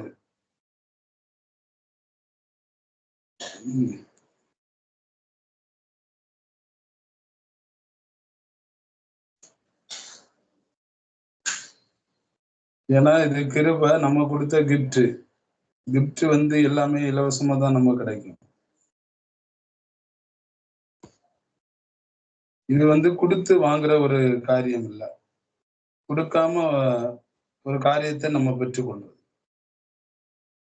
இந்த ரோமர் 10வது அதிகாரத்துல இருந்து தொடர்ந்து பேசுறாரு பவுலு. அதுல ரோமர் மக்களுக்கு எப்படிப்பட்ட மேட்டிமையான கண் இருந்துச்சுன்றத பதிவு செய்யறாரு. அவங்களுக்குள்ள இருந்த மேட்டிமை சிந்தை என்ன, அவங்களுக்குள்ள இருந்த மேட்டிமையான பார்வை என்ன அப்படின்றது ஒரு சில விஷயத்த விவரிச்சு சொல்யூஷனா கொடுக்குறாரு. அதான் ரோமர் 11:20 நம்ம பார்த்தோம். அப்ப அவங்களுக்குள்ள இருந்த மேட்டிமையான கண் என்ன? சோ இந்த கண் உங்களுக்கு இருக்கக்கூடாது, இது தவறான பார்வை, இப்படிப்பட்ட சிந்தனை உங்களுக்குள்ள இருக்கக்கூடாது, தவறான சிந்தனை அப்படின்ட்டு புரிய வைக்கிறார் அவங்களுக்கு அங்க அந்த காலகட்டத்துல அந்த மக்களுக்கு. அப்ப அவங்களுக்குள்ள இருந்த மேட்டிமையான கண் என்ன, மேட்டிமையான பார்வை என்ன அப்படின்றத பார்க்கணும்னா ரோமர் 10வது அதிகாரத்துல இருந்து தொடர்ந்து பேசுவார். அந்த 10வது அதிகாரத்துல போராடுவார், முன்னாடி இருந்து பேசுவாரு. ஆனா இந்த சிந்தையை குறிப்பிட்டு பேசும்போது ரோமர் 10ல இருந்து பேசுறாரு. உங்களுக்கு அப்படிப்பட்ட பார்வை இருக்கு அவர்களை குறித்து, அது மாற்றப்பட வேண்டும், அது தவறு அப்படின்றத தொடர்ந்து பேசி உங்களுக்குதான் அந்த பார்வை இருக்கு, அந்த மேட்டிமையான கண் இருக்கு அப்படின்ட்டு ஊர்ஜிதப்படுத்துறாரு. நம்ம பார்த்த வசனத்துல 11வது அதிகாரத்துல பார்த்த வசனத்துல ஊர்ஜிதப்படுத்துறாரு. அப்ப என்ன அங்க இருந்துச்சு அப்படின்ட்டு பார்த்தோம்னா ரோமர் 10:12 வசனம் வாசிக்கிறேன். யூதன் என்றும் கிரேக்கன் என்றும் வித்தியாசமே இல்லை, எல்லாருக்கும் கர்த்தரானவர் தம்மை தொழுது கொள்கிற யாவருக்கும் ஐஸ்வர்ய சம்பன்னரா இருக்கிறார். அப்ப பிரமாணத்தை கையில கொடுத்து பிரமாணத்தை போதிச்சு அதை கை கொண்டு அதன்படி வாழ்ற மக்களுக்கு அவங்களுக்குள்ள புறஜாதிகள் பத்தின பார்வை எப்படிப்பட்டதா இருந்திருக்கும். இந்த வேதத்தை அறியாத மனுஷர்கள், வேதத்தை படிக்காத மனுஷர்கள், இல்ல பிரமாணத்தை கை கொள்ளாத மனுஷர்கள், அவங்களை பற்றி எப்படிப்பட்ட ஒரு புரிதல் இருந்திருக்கும். அது தவறு, உங்களுக்கு அப்படிப்பட்ட புரிதல் இருக்கக்கூடாது அப்படின்றத இங்க ஒரு கிளாரிபிகேஷன் கொடுக்குறாரு இந்த அதிகாரத்துல. ஆரம்பத்துல பாத்தீங்கன்னா இஸ்ரவேலர்கள் ரட்சிக்கப்பட வேண்டும் என்பது என் இருதயத்தின் விருப்பமும் நான் தேவனை நோக்கி செய்யும் விண்ணப்பமா இருக்கிறது. அப்படிதான் முதல்ல ஆரம்பிக்கிறார். இஸ்ரவேலர்களுக்காக தான் பேசுறாரு. பேசின சகோதரர் கீழே என்ன பேசுறாருன்னா, தேவனை பற்றி அவர்களுக்கு வைராக்கியம் உண்டென்று அவர்களை குறித்து சாட்சி சொல்லுகிறேன், ஆகிலும் அது அறிவுக்கேற்ற வைராக்கியம் அல்ல. வைராக்கியம் இருக்கு, அது அறிவுக்கேற்ற வைராக்கியம் அல்ல அப்படின்ட்டு சொல்றாரு. அப்ப எதை சொல்ல வர்றாருன்னா, எப்படி சொல்றாருன்னா, எப்படி என்றால் அவர்கள் தேவ நீதியை அறியாமல் தங்கள் சுய நீதியை நிலைநிறுத்த தேடுகிறபடியால் தேவ நீதிக்கு கீழ்ப்படியாம இருக்கிறார்கள். அந்த பிரமாணத்தை எழுத்தின்படி கை கொள்ளும் போது அது சுய நீதியா மாறி போகுது. அந்த எழுத்து ஆவியா டிரான்ஸ்மிட் ஆகும்போது அது தேவநீதியா மாறுது. புதிய உடன்படிக்கையோட நோக்கம் என்னன்னா பாத்தீங்கன்னா, தேவநீதியை நீங்கள் பெற்றுக்கொள்ள வேண்டும். ஆனா எழுத்தின்படி அனுசரிச்சு அவங்க இன்னும் சுயநீதியிலே பயணிச்சு போய்கிட்டு இருக்காங்க. அதுதான் அந்த வைராக்கியம் தவறான ஒரு வைராக்கியம். அது சரியான வைராக்கியம் இல்ல அப்படின்ட்டு பதிவு செய்யறாரு. அப்படி சொல்லும் போது அதை கைக்கொள்ற மக்களுக்கு எப்படி இருக்கும்? அதை புரிய வைக்கிறது கீழே சொல்றாரு. விசுவாசிக்கிற எவனுக்கும் நீதி உண்டாகும்படியாக கிறிஸ்து நியாய பிரமாணத்தின் முடிவா இருக்கு. இந்த விசுவாசம் என்ற ஒரு பிரமாணம் ஒவ்வொரு மனுஷனுக்குள்ள ஆக்ட் ஆயிட்டு இருக்கு, செயல்பட்டுக்கிட்டு இருக்கு. ஆனா இன்னைக்கு தோரா புஸ்தகத்தை கையில வாங்கின சகோதர சகோதரிகள், இல்ல பிரமாணத்தை கை கூட சகோதரர், உங்களுக்கு எப்படி பார்வை இருக்குன்னா, நான் மோசே கையில பிரமாணத்தை பெற்றுக்கொண்டேன், அவர் போதிச்ச கற்பனையை நான் கை கொள்றேன், அதனால எனக்கு தேவநீதி கிடைச்சிரும் அப்படின்னு நீங்க நினைச்சிட்டு இருக்கீங்க. ஆனா உண்மையாலுமே தேவநீதி நீங்க பெற்றுக்கொள்ள வேண்டும்னா விசுவாசம் என்ற பிரமாணம் உங்களுக்குள்ள ஆக்ட் ஆகும். இந்த பிரமாணம் இந்த சுயநீதியை கை கொள்ற மக்கள்கிட்டயும் காணப்படுது, பிரமாணத்தை கை கொள்ளாத மக்கள்கிட்டயும் காணப்படுது அப்படின்ட்டு இங்க பதிவு செய்யறாரு. இதை கேட்கும் போது அவங்களால அக்செப்ட் பண்ண முடியாது. அவங்க இது எழுதும் போது அவங்களால அதை படிக்கும் போது அதை ஜீர்ணிக்க முடியாது. அது எப்படி அது? அப்ப நாங்க வாங்கினதெல்லாம் பொய்யா, நாங்க பெற்றுக்கொண்டதெல்லாம் பொய்யா, நாங்க யாரு, நாங்க எப்படிப்பட்டவங்க, என்ன அவங்களோட ஒப்பிட்டு பேசுறீங்களே, நாங்களும் அவங்களும் ஒன்னா, அப்ப எங்களுக்குள்ள அவங்களுக்குள்ள சரியாதான் செயல்பட்டுக்கிட்டு இருக்கா? ரெண்டுமே சரிசமமாக்குறீங்களா? ரெண்டு பேருமே சரியா அந்த புறஜாதிகளையும் எங்களையும் ஈவன் படுத்தி பாக்குறீங்களா? அது எப்படி உங்களால ஒருமித்து பார்க்க முடியுன்ற ஒரு பார்வை அவங்களுக்குள்ள எழும்பிருக்கும். அப்போ இந்த நிருபத்தை எழுதும் போது அந்த சகோதரர் பவுலுக்கு அவருக்கு எப்படிப்பட்ட மனநிலையா இருந்திருக்கும்? ஏன்னா அந்த மனநிலையில் தான் அந்த யூதர், அந்த இஸ்ரவேலர் மனநிலையில் தான் அவரு இருந்திருப்பார் ஆரம்ப காலகட்டத்துல. ஆனா அதற்கு பிறகு கடவுள் பொதுவானவர், அவருடைய பிரமாணம் ஒவ்வொரு மனுஷனுக்குள்ள எழுதப்பட்டிருக்கு, அது விசுவாசம் என்ற கோல் மூலமா இயங்கிக்கிட்டு இருக்கு, அது தன்னிச்சையா அது ஒவ்வொரு மனுஷனுக்கும் செயல்பட்டுக்கிட்டு இருக்கு, நாம ஒண்ணும் அதை ஆக்டிவேட் பண்ண வேண்டிய அவசியம் இல்லை. ஆனா இது வரைக்கும் எனக்கு இருந்த பார்வை மோசே கையில அதை வாங்கி அதை பெற்றுக்கொண்ட பிறகுதான் ஆக்டிவேட் செய்யப்பட்டுச்சு நான் நினைச்சுக்கிட்டு இருக்கேன். ஆனா அது ஆதி முதலாவே எனக்குள்ள அது கடவுளால் ஆக்டிவேட் பண்ணப்பட்டிருக்கு, அது நடந்துகிட்டு இருக்கு, அது எனக்குள்ள இயங்கிக்கிட்டு இருக்கு. அதை புரிஞ்சுக்கிறதுக்காக கொடுக்கப்பட்ட ஒரு நிழல் தான் இந்த நியாய பிரமாணம். அந்த புரிதலுக்கு வந்ததுக்கு அப்புறம் இதை விவரிக்கிறார். ஆனா அதை புரிஞ்சுக்கிற மனப்பக்குவம் அவங்களுக்கு இருக்கா இல்லையான்ட்டு தெரியல. அப்ப அவங்களுக்கு புரியுற மாதிரி சொல்லணும்ன்றதுக்கோசம் தான், ஒருவேளை நீங்க இந்த பிரமாணத்துக்கு நீங்க முக்கியத்துவம் கொடுத்தீங்கன்னா, நீங்க உங்களை இதை நீங்க பெரிய விஷயமா கருதுனீங்கன்னா, இது தவறான ஒரு அணுகுமுறை. இந்த பார்வை இதுதான் ஒரு மேட்டிமையான பார்வையா இருக்கு. இந்த சிந்தை உங்களுக்குள்ள இருக்கக்கூடாது, இந்த பார்வை உங்களுக்குள்ள இருக்கக்கூடாது. கடவுள் எல்லாருக்கும் பொதுவானவர். வேதத்தை கையில தூக்குறதாலேயோ, பரிசுத்த வேதாந்தத்தை கையில எடுக்கிறதாலேயோ, முழங்கால் போட்டு ஜெபிக்கிறதாலேயோ, இல்ல ஞானசானம் எடுக்கிறதாலேயோ நீங்க பெரியவங்க, இதெல்லாம் அறியாதவங்க, சிறியவங்க, அப்படிப்பட்ட பார்வைக்குள்ள வராதீங்க. இது எங்க சொல்றாரு? 12வது வசனத்துல சொல்றாரு, யூதன் என்றும் கிரேக்கன் என்றும் வித்தியாசமே இல்லை. ஏன் அந்த இடத்துல இதை பதிவு செய்யணும்? அவரு எல்லாருக்கும் கர்த்தரானவர், தம்மை தொழுது கொள்கிற யாவருக்கும் ஐஸ்வர்ய சம்பன்னர். யாரெல்லாம் கடவுள் நம்பிக்கையோட கடவுளை வணங்குறாங்களோ அவங்க எல்லோருக்கும் ஐஸ்வர்யத்தை தர இந்த கடவுள் வல்லவராய் இருக்கிறார். நீங்க காணிக்க கொடுங்க, கொடுக்காம போங்க, தசமாங்க கொடுங்க, கொடுக்காம போங்க, வேதத்தை படிங்க, படிக்காம போங்க. ஆனா உங்களுக்குள்ள விசுவாசம் என்ற ஒரு கோல் செயல்பட்டுக்கிட்டு இருந்துச்சுன்னா, அந்த விசுவாசம் ஆக்டிவேட் பண்ணப்பட்டது நீங்க புரிதலுக்குள்ள வந்துட்டீங்கன்னா, அது உங்களுக்குள்ள நடைமுறையில தான் இருக்குன்ற ஒரு புரிதலுக்குள்ள வந்துட்டீங்கன்னா, உங்களுக்கு இந்த ஐஸ்வர்யத்தை, நீங்க கேட்கிற ஐஸ்வர்யத்தை தர இந்த கடவுள் வல்லவராய் இருக்கிறார். இந்த புரிதல 12வது வசனத்துல பதிவு செய்யறார். அப்ப மேல சில விஷயத்த பேசிட்டே வர்றாரு, அதை படிச்சு பாருங்க. சொல்லிட்டு தான் சொல்றாரு. நம்ம பார்க்க இந்த டாபிக் நம்ம பார்க்க போறோம். அதனால் கர்த்தருடைய நாமத்தை தொழுது கொள்கிற எவனும் ரட்சிக்கப்படுவான். நான் அந்த வசனத்தை மறுபடியும் வாசிக்கிறேன். 13வது வசனம், அதனால் கர்த்தருடைய நாமத்தை தொழுது கொள்கிற எவனும் ரட்சிக்கப்படுவான். இங்க யூதன், கிரேக்கன், அடிமை, சுயாதீனன், சோ இவங்களை பத்தி எல்லாம் பேசப்படல. சோ இவங்களை இவங்கதான் வரணும், இவங்க இந்த நீதி, அந்த வேத பாருங்க பரிசேயர் நீதி, சோ எதை குறித்து இங்க பேசப்படல. அவரை வணங்குற, அவரை தொழுது எல்லோருமே அந்த ரட்சிப்பை பெற்றுக்கொள்வாங்க. அப்ப இது ஒவ்வொரு மனுஷனுக்குள்ளேயும் நடைமுறைப்படுத்தப்பட்டு இருக்குது அப்படின்ட்டு பதிவு செய்யறாரு. சொல்லிட்டு 16வது வசனத்துல பதிவு செய்யறாரு, ஆனாலும் சுவிசேஷத்துக்கு எல்லோரும் கீழ்ப்படியவில்லை. சரிப்பா, உங்க புரிதல் அப்படியே இருக்குன்னு வச்சுக்கமே, பிரசங்கிக்கப்பட்ட எல்லாரும் மனமாறுதலுக்குள்ள வந்துட்டாங்களா அப்படின்னு ஒரு கேள்வி கேட்கிறார். புறஜாதிகளை குறித்து உங்களுக்குள்ள இப்போ அப்படி ஒரு சிந்தை இருக்கு இல்லையா? சரி, உங்ககிட்ட ஒரு கேள்வி கேட்கிறேன். வேத வசனத்தை படிக்கிற எல்லாரும் மனம் மாறிட்டாங்களா? திருச்சபைக்கு போற எல்லாருமே அந்த புரிதலுக்குள்ள வந்துட்டாங்களா? பரிசுத்த வேதாகமத்தை படிக்கிற எல்லாருக்கும் அந்த புரிதல் வந்துருச்சா? ஒரு கேள்வி எழுப்புறாரு. அவங்கள அற்பமா பாக்குற நீங்க இத படிக்கிற இவங்கள பத்தி ஏன் யோசிக்க மாட்டீங்க? படிக்கிற அவங்களுக்கு அந்த புரிதல் வரலையே. திருச்சபைக்கு போற அவங்களுக்கு இந்த புரிதல் வரலையே. கடவுளை பற்றின ஒரு புரிதல் வரலையே. இவங்களை என்ன சொல்லுவீங்க அப்படின்ட்டு சொல்றாங்க, கேள்வி கேட்கிறாரு. அப்ப ஆனாலும் சுவிசேஷத்துக்கு எல்லாரும் கீழ்ப்படியவில்லை. யூதர்கள் நீங்க சொல்றீங்க, இஸ்ரவேலர்கள் சொல்றீங்க. நீங்க மனமாறிட்டீங்களா? உங்களுக்குள்ள இந்த புரிதல் வந்திருக்கா? இல்ல. அதை குறித்து ஏசாயா, கர்த்தாவே எங்கள் மூலமாய் கேள்விப்பட்டதை விசுவாசித்தவன் யார் என்று சொல்லுகிறான். அறிவிக்கப்பட்டுச்சு. யார் அதை அக்செப்ட் பண்ணாங்க? ஒருத்தரும் அக்செப்ட் பண்ணல. அப்ப இது எங்க போய் சொல்ல? இந்த கொடுமை எங்க போய் சொல்ல? ஏன்னா உங்களுக்குள்ள அந்த மேட்டிமை சிந்தை இருக்கு. ரட்சிக்கப்படாத சகோதரர்களை குறித்து மேட்டிமை சிந்தை இருக்கு. அப்ப உங்ககிட்ட தான் அந்த கேள்வி கேட்கிறேன். இவங்களை எந்த கேட்டகரிக்குள்ள கொண்டு வருவீங்க? இவங்கள புறஜாதிகள் சொல்றீங்க, கேவலமா பாக்குறீங்க. சரி, ரைட், அப்படிப்பட்ட சிந்தனை இருக்கு. இவங்களை எதுக்குள்ள கொண்டு வருவீங்க? மனம் மாறாதவங்க, கீழ்ப்படியாதவங்க, பிரமாணத்தை கடைபிடிக்கிற, சபைக்கு போற, நான் கிறிஸ்தவன் சொல்லி வர, இவங்களுக்கு அந்த புரிதல் இல்லையா? இவங்களை என்ன செய்ய போறீங்க அப்படின்ட்டு கேள்வி கேட்கிறாங்க. கேட்டுட்டு 18வது வசனம், இப்படி இருக்கு அவர்கள் கேள்விப்படவில்லையா என்று கேட்கிறேன். அவங்க தெரியாமலா இருந்தாங்க? வேதத்தை படிக்காமலா இருந்தாங்க? தெரியும், அறிவிக்கப்பட்டுச்சு, படிச்சாங்க, புரிதல் வந்துச்சு. ஆயினும் கேள்விப்பட்டார்கள். அவர்களின் சத்தம் பூமி எங்கும், அவர்களின் வசனங்கள் பூச்சக்கரத்தின் கடைசி வரைக்கும் செல்கிறதே. அது போகாத இடமே இல்ல. எல்லா இடத்துலயும் அறிவிக்கப்பட்டுச்சு. ஆயினும் இஸ்ரவேலர் அதை அறியவில்லையா என்று கேட்கிறேன். அவங்களுக்கு தெரியாதா? இது அவங்களுக்கு இது புரியாதா?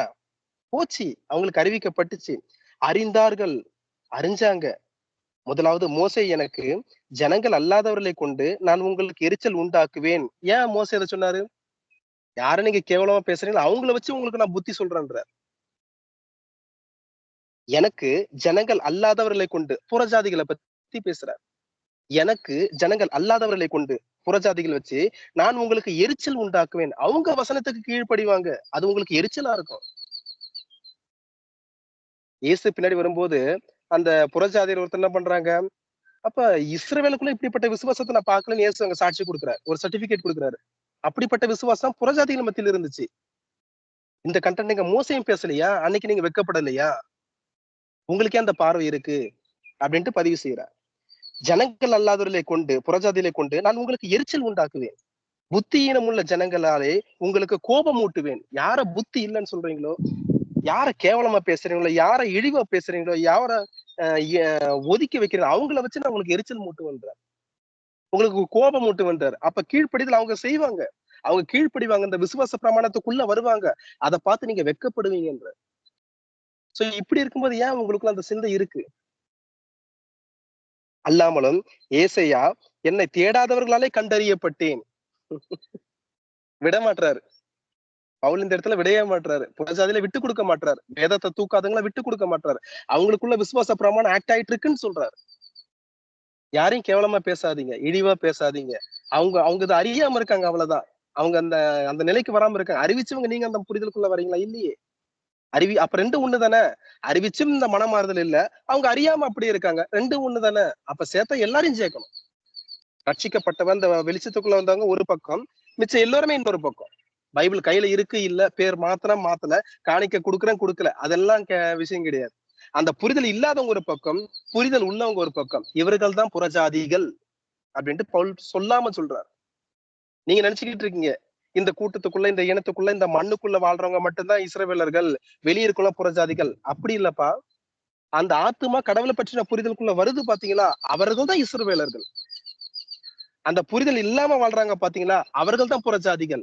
எழுத்தின்படி வரையறுக்காதீங்க. இந்த பிரித்தல், இந்த வரையறுத்தல், இந்த வேர் பிரித்தல் ஆத்துமாக்குள்ள நடக்குது. அந்த புரிதலை பவுலுங்க பதிவு செய்யறார். என்னை தேடாதவர்களை கண்டறியப்பட்டேன், என்னை விசாரித்து கேளாதவர்களுக்கு வெளியரங்கமாக்கினேன் என்று தைரியம் கொண்டு சொல்லுகிறான். அதையும் பவுல் இந்த வசனத்தை மோசே கிட்ட இருந்து எடுத்து காமிக்கிறார் பவுல். இஸ்ரவேலரை குறித்தோ கீழ்ப்படியாதவர்களும் எதிர்த்து பேசுகிறவர்களுமா இருக்கிற ஜனங்களிடத்திற்கும் நாள் முழுவதும் என் கைகளை நீட்டினேன் என்று அவன் சொல்லி இருக்கிறானே. யாருக்கிட்ட பேசுறாரு? இஸ்ரவேலர்களை வச்சு கீழ்ப்படியாதவர்களுக்கும் எதிர்த்து பேசுறவர்களுமா இருக்கிற ஜனங்களிடத்திற்கு நாள் முழுவதும் என் கைகளை நீட்டினேன் என்று அவன் சொல்லி இருக்கிறான் என்றான். சோ இப்படி சொல்லிதான் கீழே வரார். இப்படி சொல்லிதான் அவன் சொல்றாரு கடைசியா. அடுத்த அதிகாரம் படிச்சு பாருங்க. நல்லது அவிவிசுவாசத்தினாலே அவர்கள் முறித்து போடப்பட்டன. அப்ப ரட்சிக்கப்பட்டுட்ட நீ, இந்த புரிதலுக்குள்ள வந்துட்ட நீ, அப்படி இருக்கும்போது இப்ப நல்ல ஒளிவு மரமா இருக்கிற நீங்க வந்து காட்டத்தி மரமா இருக்கிற நீங்க வெட்டி நல்ல ஒளிவு மரத்துல ஒட்டப்பட்டுட்டீங்கன்னா அப்ப வெட்டப்பட்டது அப்ப வேஸ்டா போச்சு அப்படின்னு நினைச்சிட்டு இருக்கீங்க. அதை குறித்து மேன்மை பாராட்டாதீங்க. நீ விசுவாசத்தினாலே நிற்கிறாய், மேட்டிமை சிந்தையா இராமல் இரு. உங்ககிட்ட விசுவாசம் இருக்கு, இந்த வெளிச்சத்துக்குள்ள வந்துறீங்க. அவங்களுக்குள்ள அந்த அவிவிசுவாசம் இருக்கு. ஆனா அந்த விசுவாச பிரமாணத்துக்கு வரும்போது அவங்களும் அந்த புரிதலுக்குள்ள வருவாங்க. சோ இது உங்க வேலை கிடையாது. It's none of your business அப்படின்ற இந்த மேட்டிமையான கண், மேட்டிமையான சிந்தை கண்டிப்பா உங்களுக்குள்ள இருக்கக்கூடாது. எல்லோருமே சகோதரர்கள். இதை ஒருமித்து தான் தொடர்ந்து பேசுவார் அடுத்து. அப்ப இந்த மேட்டிமையான கண் அந்த ஸ்பிரிச்சுவல் லைஃப்ல ஒரு ஆத்மாவுக்கும் இருக்கக்கூடாது. அவன் ரட்சிக்கப்பட்டுட்டான், இவன் ரட்சிக்கப்படல, இவங்க இந்த புரிதலுக்குள்ள வந்துட்டாங்க, இவங்க புரிதலுக்குள்ள வரல. எல்லாத்துக்குமே ஒரு விதையை போட்டா எப்படி அந்த மேனி வரத்துக்கு சில காலம் எடுக்குதோ அதே போல ஒவ்வொரு மனுஷனுக்கும் அந்த கால அவகாசம் கடவுள் கொடுக்கிறார். நீங்களோ நானோ கிடையாது. அவர் கொடுக்கிற வாய்ப்பு தான் இந்த மனுக்குல பிறப்பு. படைச்சவர் அவர் கொடுக்கிறாரு. அந்த மேனி வந்து அது தன்னால உருவாகும். நாம ஒண்ணும் கிடையாது. அப்ப இதெல்லாம் வந்து ஒரு முன்மாதிரி எடுத்து வைக்கும் போது ஒரு அப்ப நம்மளுடைய வேலை என்ன பிரதர்? நம்மளுடைய வேலை ஒண்ணுமே இல்லையா? விதைய கடவுள் போட்டுட்டாரு, நிலத்தை பண்படுத்துங்க, தேவையில்லாத களையை பிடுங்கி எடுங்க, அந்த நிலத்துக்கு நீர் பாய்ச்சுங்க. ஆனா பவுல் சொல்றாரு அப்படிலாம் செஞ்சாலும் அது என்ன இல்லப்பா, விலை செய்யற தேவனாலே. நீங்க அந்த விதைய செடியா வளர்றதுக்கு அந்த மண்ணை பதப்படுத்திருக்கலாம், பண்படுத்தி இருக்கலாம், அந்த வேரை பதப்படுத்திருக்கலாம், உரம் போட்டிருக்கலாம், இல்ல ஒரு காவா வெட்டி தண்ணி பாய்ச்சிருக்கலாம், எல்லாம் நீங்க பண்ணிருக்கலாம், ஒரு வேலி கட்டி இருக்கலாம், பாதுகாத்திருக்கலாம், ரைட். ஆனா உங்களால அந்த விதை வளராது. அவர்தான் விதைய போட்டுற பாத்தீங்களா, அவர்தான் விளைய செய்வார். சோ இப்படிதான் நாம இந்த சிந்தை உங்களுக்குள்ள இருக்கணும். ஒரு நாள் ஒரு போது என்னால இந்த கூட்டம் ரட்சிக்கப்பட்டுருச்சு, நான் தான் இதை கூட்டம் நடத்தினேன், நான் தான் இதை பண்ணேன், நான் தான் அதை செஞ்சேன், நான் தான் அதை கொண்டு வந்தேன், அப்படிப்பட்ட பார்வை உங்களுக்குள்ள இருக்கவே கூடாது. அதனாலதான் பவுல் என்ன பண்ணார்? கடைசி கட்டத்துல முழுமையா தன்னை தாத்திட்டார். என்ன போல பாவி ஒருத்தனல்ல. ஆனா அவர் அப்படிப்பட்ட பாவப்பட்ட செயலை செஞ்சாரு ரட்சிக்கப்பட்ட பிறகு, ரட்சிப்புகள் வந்தது பிறகு. சோ தன்னால இது நடக்கும். சோ இந்த புரிதல் உங்களுக்குள்ள இருக்கும். இந்த பதத்தை ஒருவேளை இந்த சிந்தை உங்களுக்கு இருந்துச்சுன்னா எனக்கு அது அருவருப்பா இருக்குன்றாரு கடவுள்.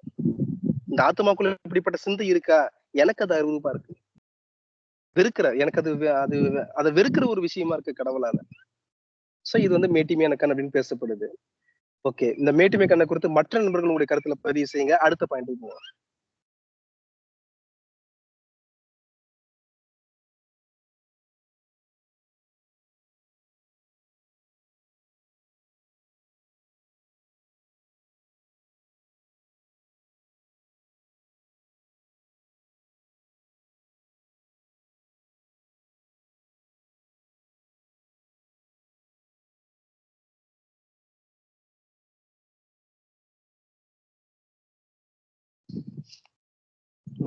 லைன்ல இருக்கீங்களா?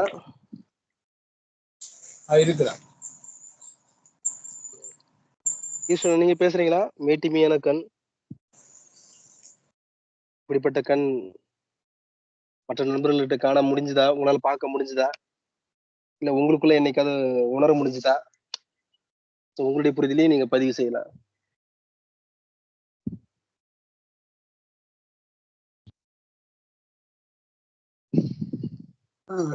வேதத்துல சொல்லப்பட்ட அந்த 7 காரியங்களும் சரீரத்தின் பிரகாரமாக எல்லாருக்கும், அதாவது இன்னைக்கு சத்தியத்தை அறிவதற்கு முன்பாக எல்லாருக்கும் ஏதோ ஒரு சூழ்நிலையில அந்த தவறுகள்லாம் வெளிப்பட்டு இருக்கும். நம்மளும் அதை செஞ்சிருப்போம். ஏன்னா நம்ம வந்து நம்ம பிறப்புல இருந்து இப்போ வரைக்கும் நம்ம பரிசுத்தமா இருக்கோம், நம்ம கிட்ட எந்த கெட்ட குணம் இல்லைன்னு யாருமே எதுவும் சொல்ல முடியாது. ஏன்னா இதெல்லாம் வந்து சரீரத்திற்கு அனுமதிக்கப்பட்ட ஒரு காரியங்கள். இந்த கடவுள் இருக்கிற இந்த 6 காரியங்களும் எங்க நடக்குது? நம்மளுடைய சரீரத்துக்குள்ளதான் நடக்குது, வெளியில எங்கேயும் நடக்கிறது இல்லை. இதை மற்ற உயிரினங்களுக்கு இதெல்லாம் உண்டா? கிடையாது. மனிதனாக படைக்கப்பட்ட நமக்கு மட்டும்தான் உண்டு. அப்ப இந்த 7 காரியங்களையும் அவர் வெறுக்கிறாரு. ஆனா அதே பாருங்க ஆதி ஆகமத்துல பாருங்க, அவர் 6 நாள் அவர் படைக்கிறதெல்லாம் நல்லது நல்லது நல்லதுன்னு தான் படைக்கிறாரு. அந்த 7வது நாள் இந்த ஓய்வு நாள் அதுவும் நல்லதுன்னு அவரு சொல்றாரு. அப்ப என்ன அதெல்லாம் ஆத்மாவுக்குரிய காரியங்கள்னு இன்னைக்கு அதை நம்ம கற்றுக்கொண்டு இருக்கிறோம். அப்ப நம்ம வந்து ஃபர்ஸ்ட் அதாவது இருள்ல இருந்துதான் நம்ம வெளிச்சத்துக்கு வர முடியும். நம்ம முக்காட்டுல இருந்துதான் நம்ம அந்த முக்காடு நீக்கப்பட்டவர்களாக. அப்ப இது நமக்கு ஸ்டார்டிங் பாயிண்ட். அதாவது குழந்தை பருவமாக இருக்கும் பொழுது நம்ம அவர் வெறுக்கிற காரியங்களை எல்லாம் நாம் செய்த காலங்கள் உண்டு. ஆனால் இன்னைக்கு அதையெல்லாம் இந்த மாதிரி ஒவ்வொரு காரியங்களையும் நாம் கற்றுக்கொள்ளும் போது இப்ப இது நமக்கு ரீ ரெக்கார்டிங் போட்டு காட்டுற மாதிரி. இந்த இதெல்லாம் ஆமா நம்ம ஒரு நாள் இப்படிதான் பண்ணிட்டு இருந்தோம். இப்ப இந்த குணங்கள் இதை நம்ம இந்த 7 காரியங்களையும் நம்ம வாசிப்பதற்கு முன்பே நம்ம ஆட்டோமேட்டிக்கா இந்த காரியங்கள்ல இருந்து நம்ம விலகி இருப்போம். அதையெல்லாம் விட்டு நம்ம அதை மறந்து அதை செய்யாம இருப்போம். காரணம் என்னன்னா நம்ம அந்த ஆன்மீக வளர்ச்சியில போகும்போது இப்பேற்பட்ட காரியங்கள்லாம் அது தன்னால போயிடும். அது ஒவ்வொருத்தருடைய அனுபவத்திலையும் பார்க்கலாம். அதனால என்னுடைய புரிதல் என்னன்னா, இந்த 7 காரியங்கள் மனிதனுக்கு அனுமதிக்கப்பட்ட ஒரு காரியம். இதிலிருந்துதான் இந்த ஆத்மாவுக்குரிய இதையெல்லாம் வெறுக்கும்போது இந்த ஆத்மாவுக்குரிய காரிய வளர்ச்சிக்கு அவன் போயிடுறான். இன்னைக்கு இந்த 7 கெட்ட குணங்கள் உள்ளவங்களை பார்த்தா நம்மளுக்கு கோபமே வர்றதில்லை. ஏன்னா இதெல்லாம் கடவுளுடைய படைப்பு, அனுமதிக்கப்பட்ட ஒன்று. ஆனா இதுல இருந்து அவங்களும் ஒரு நாள் இல்லாட்டி ஒரு நாள் அவங்களும் கண்டிப்பா இந்த புரிதலுக்குள்ள வருவாங்க அப்படிங்கிற பக்குவம் தான் இப்ப எனக்கு இருக்குது. அப்ப இந்த மேட்டிமையான கண்கள் இத இருந்த காலங்கள் உண்டு. ஆனா இன்னைக்கு இல்லாத காலம். ஆனா இன்னைக்கு என்ன மேட்டிமைன்னா இந்த உலக வாழ்க்கையில மட்டும் கிடையாது, இந்த ஆன்மீகத்திலையும் நம்ம மேட்டிமை இருக்கக்கூடாது. அதுதான் மிக மிக முக்கியம். இந்த ஆன்மீகத்திலையும் மேட்டிமை இருக்கக்கூடாது. நான் அவரை விட நல்லா வேதத்தை படிச்சிருக்கேன், இன்னைக்கு சத்தியம்னா என்னன்னு பாருங்க. இப்போ பைபிள்னு சொல்றாங்க. அப்ப பைபிள்னு சொன்னா என்னம்பாங்க, ஓ இது கிறிஸ்துவர்களுடைய புத்தகம் அப்படின்னு. பரிசுத்த வேதாகம்னு சொல்றாங்க. அதை சொன்னா என்னம்பாங்க, ஓ இது கிறிஸ்துவர்களுக்குரியது அப்படின்னு சொல்றாங்க. ஆனா சத்தியம்னு ஒரு வார்த்தை இருக்கு. நம்ம கையில இருக்கிற புக்குக்கு சத்தியம்ங்கிற ஒரு வார்த்தை இருக்கு. அப்ப என்ன, இந்த சத்தியங்கிறது இந்த உலகத்தில் உள்ள அனைத்து மக்களுக்குமே உரிய ஒரு வார்த்தை. அப்ப வேதாகமத்துல சொல்லப்பட்ட அத்தனையுமே இது கிறிஸ்துவர்களுக்குன்னு கிடையாது, இது உலகத்தில் உள்ள அனைத்து மக்களுக்குமே. அப்ப இந்த 7 குணங்களும் அனைத்து மக்களுக்குமே இருக்கக்கூடாது அப்படிங்கிற எண்ணம் தான் கடவுளுக்கு. எல்லா கடவுளுக்கும் அந்த கடவுளை, அதாவது இன்னைக்கு பக்தி மார்க்கத்தை பக்தின்னு நினைச்சிட்டு கடவுளை வெளியில தேடுறாங்க பாருங்க. அப்ப அவங்களாக இருந்தாலும் சரி, அவங்களுக்கும் சொல்லப்பட்ட காரியம். அப்ப இந்த காரியங்களை எல்லாம் வெறுக்கும் பொழுது உண்மையிலேயே கடவுள் யாரு, அவர் எங்க இருக்காரு, நமக்குள்ள இருக்காரு அப்படிங்கிற அந்த உணர்வுக்குள்ள வந்துருவாங்க. கண்டிப்பா. தொடர்ந்து சகோதரர்கள் பேசலாம். அண்ணன் சொன்னது கரெக்ட் அண்ணா. இப்போ நமக்குள்ளே அந்த மாதிரியான செயல்கள் இருந்துச்சு. இந்த மேட்டிமையான கண், பொய், நாவு இதெல்லாமே எல்லாருக்குள்ளயுமே இருக்கும் அது. ஆனா நாட்கள் போக போக ஆண்டவருடைய வார்த்தைய, அந்த மெய்யான சத்தியத்தை அறியும் போது நமக்குள்ள இருக்கிற காரியங்கள் எல்லாம் விலகுறத நம்ம பாக்குறோம். இன்னொன்னு என்னன்னா, இன்னைக்கு முதல்ல ரட்சிப்பை குறித்ததான பெருமை இருக்கும். அடுத்தது என்னன்னா, இந்த சத்தியத்தை அறியும் போது, இந்த சத்தியத்தை அறிகிற எனக்கு மட்டும்தான் கடவுள் இப்படி ஆசீர்வதிக்கிறாரு, நான் ஆசீர்வாதமா இருக்கிறேன். அதாவது உலக பிரகாரமான பொருளாதாரத்திலயும் சரி, எல்லாத்துலயுமே நான் ஆசீர்வாதமா இருக்கிறேன்றத காட்டி கொள்றதுக்கு விரும்புறோம். ஏன்னா முன்னாடி எல்லாம் பாத்தீங்கன்னா, எனக்கு எல்லாருக்குமே தெரியும், சகோதரர்களுக்கு ஒரு 6 வருஷம் குழந்தை இல்லை. அப்போ குழந்தை இல்லாம குழந்தை கிடைச்சிச்சு. அப்ப நான் அந்த டைம்ல என்ன நினைப்பேன்னா, நான் ஜெபம் பண்ணதுனால எனக்கு குழந்தை கிடைச்சிச்சு. அதுக்கு அப்புறம் பாத்தீங்கன்னா அந்த மாதிரி குழந்தை இல்ல அப்படின்ற ஒரு காரியத்தை என்கிட்ட பேசும்போது நான் சொல்லுவேன், இல்ல நீங்க கண்டிப்பா ஜெபம் பண்ணுங்க, நான் உங்களுக்காக ஜெபம் பண்றேன், கண்டிப்பா உங்களுக்கு கிடைக்கும் அப்படி சொல்லுவேன். அதே மாதிரி நான் முதல்ல எல்லாம் கத்துக்கிட்ட சத்தியம் என்னன்னா, இயேசுவை நம்ம விசுவாசிக்கும் போது நம்பும் போது நமக்கு இந்த உலகத்துல வியாதியே வராது. அததான் அறிக்கை செய்வோம் திரும்ப திரும்ப, வியாதியே வராது, பிசாசு என்னை தொட முடியாது, நான் வந்து அவருடைய ரத்தத்துக்கு கீழே இருக்கேன் அப்படின்னு சொல்லிட்டு ஒரு அறிக்கை செய்வோம். அப்போ வந்து நமக்குள்ள என்ன தோணும்னா, நம்ம இப்படி சொன்னதுக்கு அப்புறம் வியாதியே இல்லையே அப்படின்னு தோணும். ஆனா நமக்கு சுகத்தை தர கடவுள் எல்லாருக்கும் சுகத்தை கொடுக்கிறாரு. இப்ப உலக பிரகாரமா இருக்கிறவங்க, தேவனை அறியாத ஜனங்கள், இந்த மெய்யான சத்தியத்தை அறியாம இருள்ல இருக்கிறவங்களுக்கும் ஒரு மருத்துவமனைக்கு வியாதி வந்தா ஒருத்தர் மருத்துவமனைக்கு போறாங்க, மருந்து சாப்பிடுறாங்க, அதனால ஒரு சுகம் உண்டாகுது. ஆனா இதை எல்லாமே என்ன ஆகுதுன்னா, இந்த சத்தியத்தை அறிஞ்சதுக்கு அப்புறம் நான் மட்டும்தான் இந்த உலகத்திலே ஸ்பெஷல் அப்படின்ற ஒரு ஃபீல், அந்த ஒரு அதுதான் அந்த மேட்டிமையான கண்ணுன்னு சொல்லிட்டு நான் இப்போ இந்த சத்தியத்தை இப்ப நம்ம சகோதரர்கள் எல்லாம் சொன்ன அந்த காரியங்களை வச்சு அறிகிறேன். கண்டிப்பா வந்து அதெல்லாம் எனக்குள்ள ஒரு மேட்டிமையா தான் இருந்திருக்கு. அது மாதிரி எந்த ஒரு காரியங்களா இருக்கட்டும், நம்முடைய வாழ்க்கையில நடக்கிறது, அன்றாட வாழ்க்கையில ஆன்மீகம்னா என் வாழ்க்கையில நடக்கிற ஒவ்வொரு காரியத்தையும் என்ன பண்ணும், நம்ம வந்து அப்ப நிறைய பைபிள் படிக்கிறதுனால, நிறைய பிரேயர் பண்றதுனால, முன்னாடிலாம் நான் அப்படிதான் நினைப்பேன், அப்படிதான் ஒரு பாதுகாப்பு, அப்படிதான் ஒரு நடத்துதல், அப்படிதான் நமக்கு ஒரு ஆசீர்வாதம் அப்படி நினைச்ச நாட்கள் உண்டு. அந்த ஒரு மேட்டிமையானது இருந்தது உண்டு. ஆனா வந்து இன்னைக்கு நம்ம இந்த மெய்யான சத்தியத்தை அறியும் போது இந்த உலக வாழ்க்கையில எல்லாமே எல்லாருக்கும் நியமிக்கப்பட்டிருக்கு. சுகுமார் அண்ணா அது கரெக்டா சொன்னாங்க. இந்த வாழ்க்கையில இம்மானுவேல் சகோதரன் கரெக்டா சொன்னாங்க. என்னன்னா, இந்த உலக வாழ்க்கையில எல்லாமே நியமிக்கப்பட்டிருக்கு. அதுல இருந்து யாருமே நம்ம வந்து எஸ்கேப் ஆகி ஓட முடியாது, இல்ல நான் மட்டும் ஸ்பெஷல்னு இருக்க முடியாது. அவருடைய பார்வையில எல்லாரையுமே அவர் வந்து யாருக்குமே வந்து வேறுபாடு காட்டுறதில்ல, அவருடைய எந்த வேறுபாடு. அப்ப இன்னைக்கு எல்லாரையுமே உண்டாக்கின கடவுள் ஒண்ணு மாதிரிதான் பாக்குறாரு. அப்போ இன்னைக்கு விதைக்கப்பட்ட விதைகள் கனி தர்றதுக்கு நம்ம என்ன பண்ணணும், பொறுமையோட இருக்கணும்.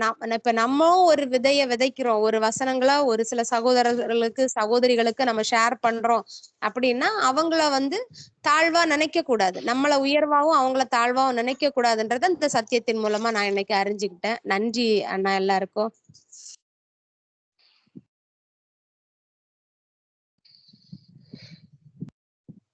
இயல்பு வாழ்க்கையில் ஆன்மீகம். இன்னைக்கு இந்த விஷயத்தெல்லாம் சொல்லி பேசும்போது ஒரு புரிதலுக்குள்ள வர முடியுது. புறஜாதிகள் கேவலமா பாக்குற நாட்கள் உண்டு, நானும் பார்த்திருக்கேன். அப்படி உள்ளுக்குள்ள நுழையும் போது வந்து ரொம்ப இழிவா பார்த்த நாட்கள் உண்டு. அப்ப கிருபைன்னு சொல்லி போகும்போது கிருபையின் சத்தியம் எனக்கு தெரியும், அவங்களுக்கு தெரியாது, கிருபையின் சத்தியம் என்னன்னு தெரியாது, கிருபைனால என்ன தெரியாது. அப்படி போகும்போது ஆனா நான் கத்துக்கிட்டது கிருபையின் சத்தியமே அல்ல, ஆனா அதைத்தான் கிருபையின் சத்தியம் நினைச்சிட்டு இருந்திருக்கேன். அதுதான் முற்றிலும் அகேன்ஸ்டா இருந்திருக்கு. அது கிருபையின் சத்தியமே அல்ல, அது முழுக்க முழுக்க பிசாசின் உபதேசம். இந்த மூக்குத்தி அம்மன் படம் ஒண்ணு வந்துச்சு, வந்த புதுசு வந்து எல்லா கிறிஸ்தவர்களும் பார்க்கணும் அப்படின்ட்டு சொல்லியிருந்தாங்க. நானும் போய் பார்த்தேன். அப்ப கூட எனக்கு அதுல என்ன சொல்லப்பட்டுச்சுன்னு புரியல. அன்னைக்கு கிருபின் சத்தியம் அறிஞ்சுக்கிட்டேன், அந்த வெளிச்சிருந்து பார்க்கும்போது புரியல. ஆனா இன்னைக்கு இந்த கிருபையும் சத்தியம்னா என்ன, நியாயப்பிரமாணம் மோசே மூலமா கொடுக்கப்பட்டுச்சு, கிருபையும் சத்தியமும் இயேசு கிறிஸ்துவ மூலமாய் உண்டாயின, அவர் மூலமாய் உண்டாக்கப்பட்ட அந்த கிருபையும் சத்தியம்னா என்னன்னு புரிஞ்சுக்கிட்ட பிறகுதான் அதுல இங்க வேத வசனத்தை அறிக்கை பண்ணுவாங்க. அதுல ஆர்ஜே பாலாஜி தான் ஹீரோ, மூக்குத்தி அம்மன் அவர் அறிக்கை பண்ணுவார். கடவுள் நேர்ல வரணும்னு ஆசைப்படுவாங்க. கடவுள் இப்ப நேர்ல வந்தாச்சு, நேர்ல வந்தா என்ன கேட்பீங்க, எனக்கு வீடு வேணும், கார் வேணும், தோட்டம் வேணும், பங்களா வேணும், சோஃபா செட்டு வேணும். நல்லா மனப்படமா பேசுவாப்ல. ஃபேமிலி எல்லாரும் மனப்படம் பண்ணி வச்சிருப்பாங்க.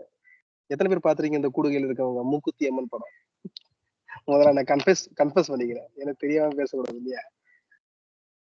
எத்தனை பேர் பாத்திருக்கீங்க மூக்குத்தி அம்மன் திரைப்படம்? பாத்திருக்கீங்களா?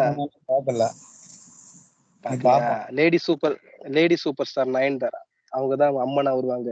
அவங்க கேட்பாங்க, ஒருவேளை கடவுள் நேர்ல வந்துட்டேன், இல்ல அவங்கதான் கடவுளா வருவாங்க, நான் நேர்ல வந்துட்டேன், இப்ப நீ என்ன வேணும், இந்த நாளுக்கு தான் காத்துக்கிட்டு இருந்தேன் அப்படின்ட்டு. ஆர்ஜே பாலாஜி தான் ஹீரோ. அவருக்கு ஒரு 3 தங்கச்சி, ஊர்வசி அவங்க அம்மா. எனக்கு வீடு வேணும், தோட்டம் வேணும், துறவு வேணும், கார் வேணும், பங்களா வேணும், அதுக்கப்புறம் நல்லா இந்த நகை வேணும் எல்லாத்தையும் கேட்பாங்க, மனப்பாடம் பண்ணி விடாம கேட்பாங்க. இந்த மட புத்திக்கு அன்னைக்கு தெரியாம போச்சு. கிருபை சத்தியத்துக்காக கத்துக்கிட்டு இருக்கும் போது அதுதான் கிருபை. நான் அப்படிதான் கேட்டுக்கிட்டு இருந்தேன், எனக்கு வீடு வேணும், தோட்டம் வேணும், கார் வேணும், பங்களா வேணும். அண்ணா ஆஹ் ஏன்னா அவங்களுக்குள்ள ஒரு அந்த உணர்வு இருந்துட்டே இருந்துச்சு. ஏன்னா என்னைக்காவது ஒரு நாள் கடவுளை நம்ம தேடுறோம், நம்ம முன்னாடி வருவாங்க. அவங்க வரும்போது நம்ம என்னென்ன கேட்கணும்ன்றத அவங்க எல்லாம் பிராக்டிஸ் பண்ணி வச்சிருந்தாங்க. நமக்குள்ள அந்த எண்ணம் இல்ல, ஆனா தவறா போதகர்கள் உருவாக்கிட்டாங்க. நீங்கள் என்ன கேட்கணும்? நேர்ல கடவுள் வந்துட்டார், வீடு வேணும், தோட்டம் வேணும், கார் வேணும், பங்களா வேணும் அப்படின்ட்டு வேத வசனத்தை வச்சே பிராக்டிஸ் பண்ணாங்க. செம்மறியாடு கூட்டத்தை மேய்க்கிற மாதிரி வேத வசனத்தை வச்சு நீங்களும் இப்படிதான் கேட்கணும், அது மூடத்தனன்ட்டு வேதத்தை படிக்காதவங்க எடுத்து காமிச்சிட்டாங்க. அப்படி கேட்காதீங்க. கடைசி அந்த ஹீரோ சொல்லுவாரு, மறுபடியும் அந்த மூக்குத்தியம்மன் வருவாங்க, கடைசியா கேட்பாங்க, இப்ப சொல்லு உனக்கு என்ன வேணும். ஆன்மீகத்தை புரிய வச்சிருவாங்க. அந்த படம் பார்க்கலாம், போய் பாருங்க. ஆன்மீகம்னா என்னன்னு அவங்க புரிய வைப்பாங்க. இயல்பு வாழ்க்கையில அக்செப்ட் பண்ணுங்க. கடவுள் படைச்சது எல்லாமே உங்களுக்கு ஒரு போதனை கொடுக்குதா, அதுல கடவுள் தன்னை வெளிப்படுத்துறாரு.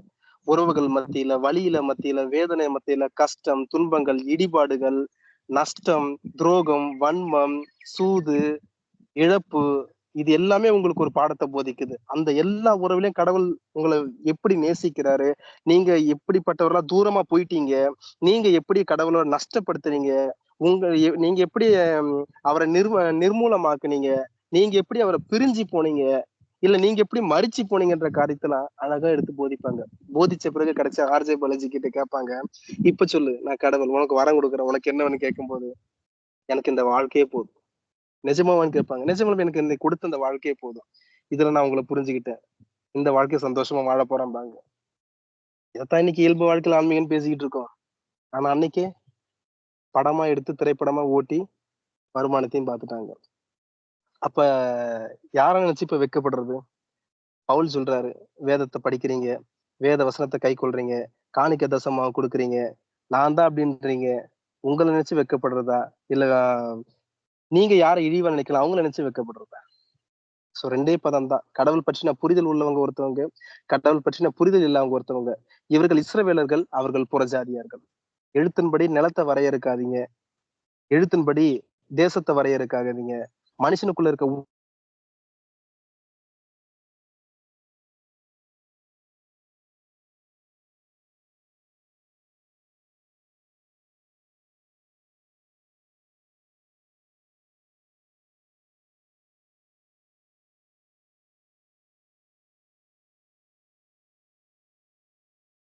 அண்ணா வெளியே போயிட்டாரா?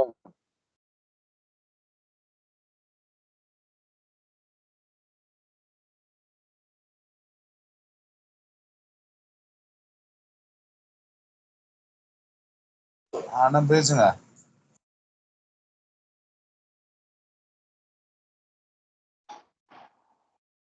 ஓகே, இன்னைக்கு நம்ம நீதிமொழிகளை பார்த்துட்டு வந்தோம்.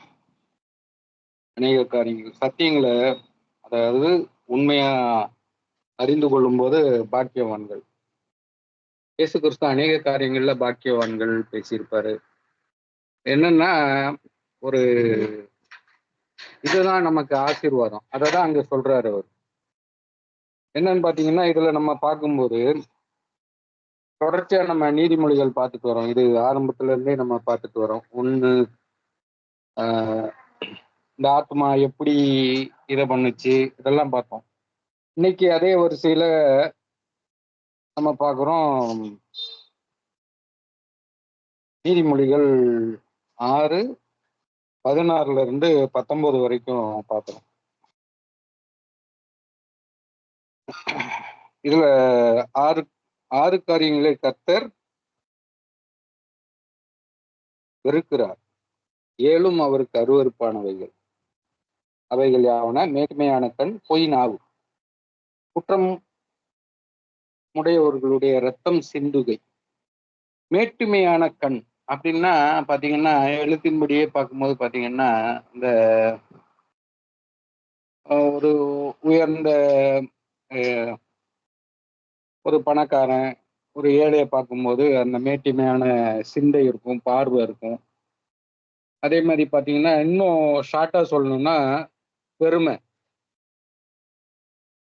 இது வந்து பாத்தீங்கன்னா இது எல்லா நம்மளுடைய வாழ்க்கையில எல்லாருக்குள்ளேயும் இந்த பெருமை இருக்கு, பெருமை இருந்தது. இது எல்லாமே என்னன்னா இன்னைக்கு தேவனோடு சமாதானம் பண்ணும்போது அந்த பெருமையில இருந்து நம்ம விடுதலையாக்கப்பட்டிருக்கோம். அதான் சத்தியத்தை அறியும் போது சத்தியம் நம்மளை விடுதலை ஆக்குது. அப்போ அந்த மேட்டிமையான கண் பெருமை, இப்போ நம்ம இயேசு கிறிஸ்துவ எழுத்தின்படி ஏற்றுக்கொள்ளும் போது பாத்தீங்கன்னா அப்போ நமக்குள்ள ஒரு பெருமை இருந்தது. எல்லா சகோதரரும் அதை பத்தி பேசணும்.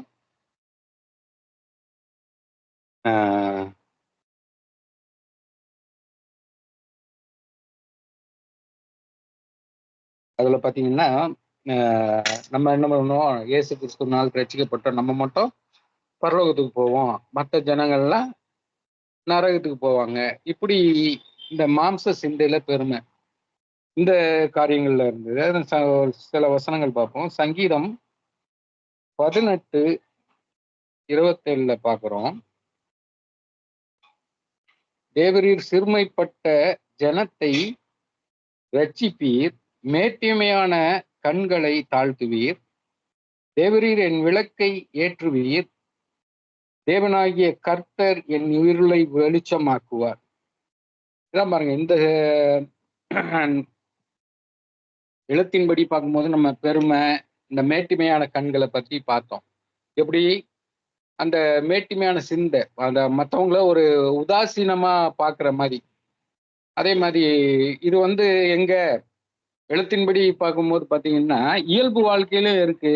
நான் ஆன்மீகம், கடவுளை ஏற்றுக்கொண்டேன், கடவுளுக்குள்ள வந்த பிறகும் அவர் இந்த புரிதல் இல்லாம நம்ம என்ன பண்றோம், புறஜாதி மக்கள்ல வந்து ஆண்டவர் என்ன பண்றாரு,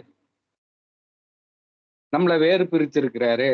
இப்படி நம்ம பல சிந்தனைகள்ல அடிமைப்பட்டிருந்தோம், இந்த மேட்டிமையான சிந்தனைகள்ல அடிமைப்பட்டிருந்தோம்.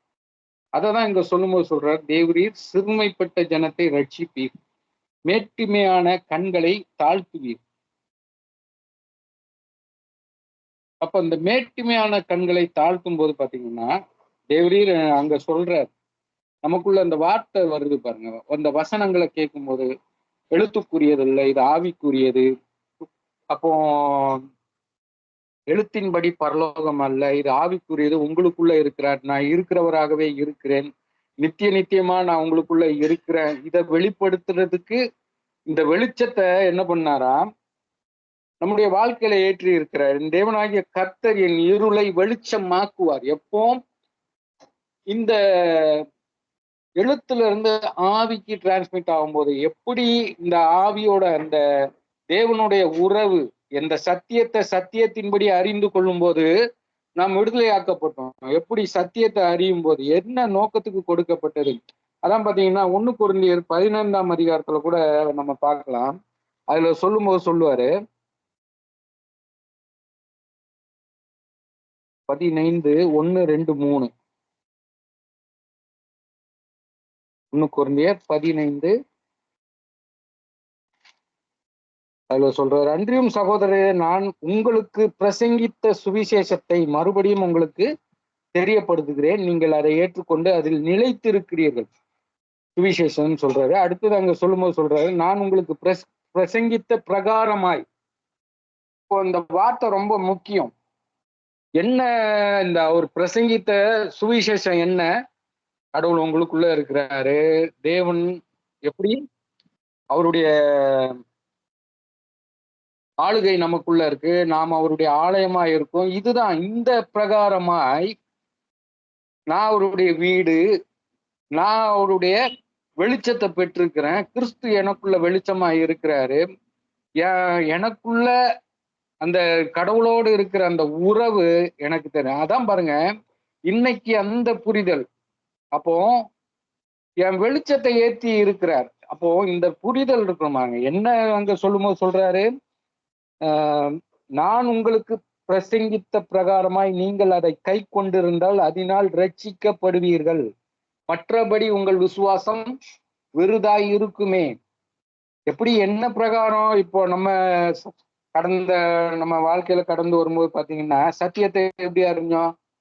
ஃபர்ஸ்ட் நியாயப்பிரமாணம், நீ இதை செய்யலையா, அதை செய்யலைன்னா உனக்கு ஆசீர்வாதம் கிடையாது. இருதயம் என்ன பண்ணிச்சு? சிக்குண்டது, சிறைப்பட்டது, ஆத்மா போராடுது ஒவ்வொரு நாளும். அப்புறம் என்ன, கிருபையை அறிஞ்சோம், கிருபை சத்தியம்னு சொல்லிட்டு பார்க்கும்போது பாத்தீங்கன்னா அதுலயும் வஞ்சகம் தான். அது என்ன பண்ணிச்சு, இல்ல கிறிஸ்துவை ஏற்றுக்கொண்டேன்னா அவர் எனக்காக மறிச்சிருக்கிறார், நான் சுகித்து இருக்கணும், என் தேசத்துல நான் எப்படி இருக்கணும், நம்பர் 1 இருக்கணும், எல்லா காரியத்திலுமே நான் சுகித்து இருக்கணும், பலத்திருக்கணும், எல்லாருக்குமே நான் எப்படி இருக்கணும், சாட்சியாக இருக்கணும். அவர் என்ன சாட்சி சொன்னாரு, அந்த சத்தியம், அந்த நோக்கம், அந்த பார்வைய நம்ம பார்க்கல. அப்போ எண்ணத்தை குறித்து பேசணும், நம்ம எழுத்தின்படி அழிந்து போகிற இந்த என்ன, அந்த பெருமைக்குரிய காரியங்களை இன்னைக்கு அப்ப பாருங்க, நம்மளும் பெருமைப்பட்டிருக்கோமா, பெருமைப்பட்டிருக்கோம். எப்படி நான் பட்டிருக்கேன், என் வாழ்க்கையில நான் சொல்றேன். என்ன, நான் கிறிஸ்துவை ஏற்றுக்கொண்டேன், அவர் விசுவாசத்தை அறிக்கையிட்டு பேசினேன், என் வாழ்க்கையில இந்த உயர்வு வந்தது. இப்படி என்ன பண்ண, இதுதான் பாருங்க, இந்த அற்ப காரியத்துக்கு பெருமை பாராட்டு அந்த காரியங்கள். அப்போ இந்த இதைதான் அங்க பேசும்போது சொல்றாரு. அப்போ சங்கீதத்துல சொல்றாரு, தேவரீர் என் விளக்கை ஏற்றுவீர், என் தேவனாகிய கர்த்தர் என் இருளை வெளிச்சமாக்குவார். அப்போ பாருங்க, இந்த வசனம், இந்த வார்த்தை, இந்த வெளிச்சம் எனக்குள்ள அது பிரகாசிக்கும் போது அது என் வாழ்க்கையில என்ன பண்ணுது, அந்த சரியான புரிதலுக்குள்ள நம்ம வரும். அதான் அந்த ஆத்மா வெளிச்சம் வந்த பிறகு பாருங்க, அந்த ஆத்மா சொல்லுது, உம்மாலே நான் ஒரு சேனைக்குள் பாய்ந்து போவேன், என் தேவனாலே ஒரு மதிலை தாண்டுவேன். இது இந்த வசனம் கூட பாத்தீங்கன்னா ஒரு நாள் தியானிக்கலாம், அவ்வளோ அற்புதமா இருக்கும் இந்த வசனம். இது தொடர்ந்து நம்ம பார்ப்போம். இது தேவனுடைய வழி உத்தமமானது, கர்த்தருடைய வசனம் புடமிடப்பட்டது, தன்னை நம்புகிற அனைவருக்கும் அவர் கேடகமாய் இருக்கிறார். வார்த்தை என்ன, கேடகம். இந்த கேடகத்தை என்ன பண்றோம், நம்ம கேடகம்னு நம்ம என்ன பண்ணிடுவோம், எதிரான காரியம் வருதா அதை தடுத்துருவோம். இல்ல, இந்த ஆத்மாவுக்கு இருக்கிற இந்த, இப்போ பாருங்களேன், சத்ரு வருவான், அது வருவான்னு நம்மளை பயன்படுத்திட்டு இருந்தாங்க. ஆனா சத்ரு யாருன்னு நம்ம அறிஞ்சிருக்கிறோம். இன்னைக்கு நம்ம எப்படி விலகி அந்த தீய காரியத்துக்கு விலகி செல்வதற்கு நமக்கு அந்த தேவனுடைய சத்திய வெளிச்சம் நமக்குள்ள இருந்து என்ன பண்ணுது, தெளிவான காரியங்களுக்காக நமக்கு வழி நடத்துறத பாக்குறோம் நம்ம. அதே மாதிரி பாருங்க,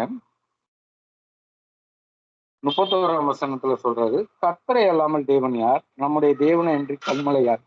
இன்னும் இந்த அதிகாரம் முழுவதும் வாசித்து பாருங்க, நல்லா இருக்கும். அதே மாதிரி ஏசாயால அந்த பெருமையை பத்தி பேசுறாரு, 2ஆம் அதிகாரம் 10-17.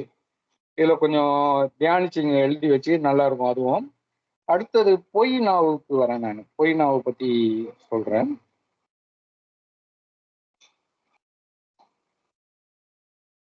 பொய் நாவு,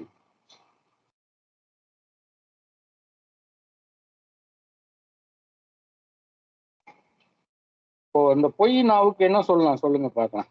நம்ம பொய் பொய் பேசுறதுன்னா, அதாவது உண்மை இல்லை, உண்மைக்கு ஆப்போசிட். அப்படியே என்ன இருக்குதோ அந்த உண்மைக்கு ஆப்போசிட் தான் என்னது, பொய்.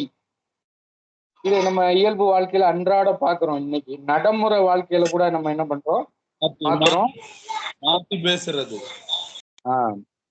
இன்னைக்கு நம்ம பாக்குறோம். இன்னைக்கு பாத்தீங்கன்னா எலெக்ஷன் டைமா இருக்கு, மாத்தி மாத்தி ஒவ்வொருத்தர் மாத்தி மாத்தி பொய் சொல்றத நம்ம கண்கூடா பாக்குறோம். நான் அதை செஞ்சேன், இதை செஞ்சேன். அவன் எப்படி பொய் சொல்லுவான்னு பாத்தீங்கன்னா, செஞ்சிருப்பான். எப்படின்னா, 10 பேருக்கு செஞ்சுட்டு ஒரு 1,00,000 பேருக்கு பண்ணிட்டேன், ஒரு போட்டோ எடுத்து வச்சுட்டு என்ன பண்ணுவான், அந்த பொய்யை பரப்புவான். அதான் இது இயல்பு வாழ்க்கையில பாக்குறோம். இந்த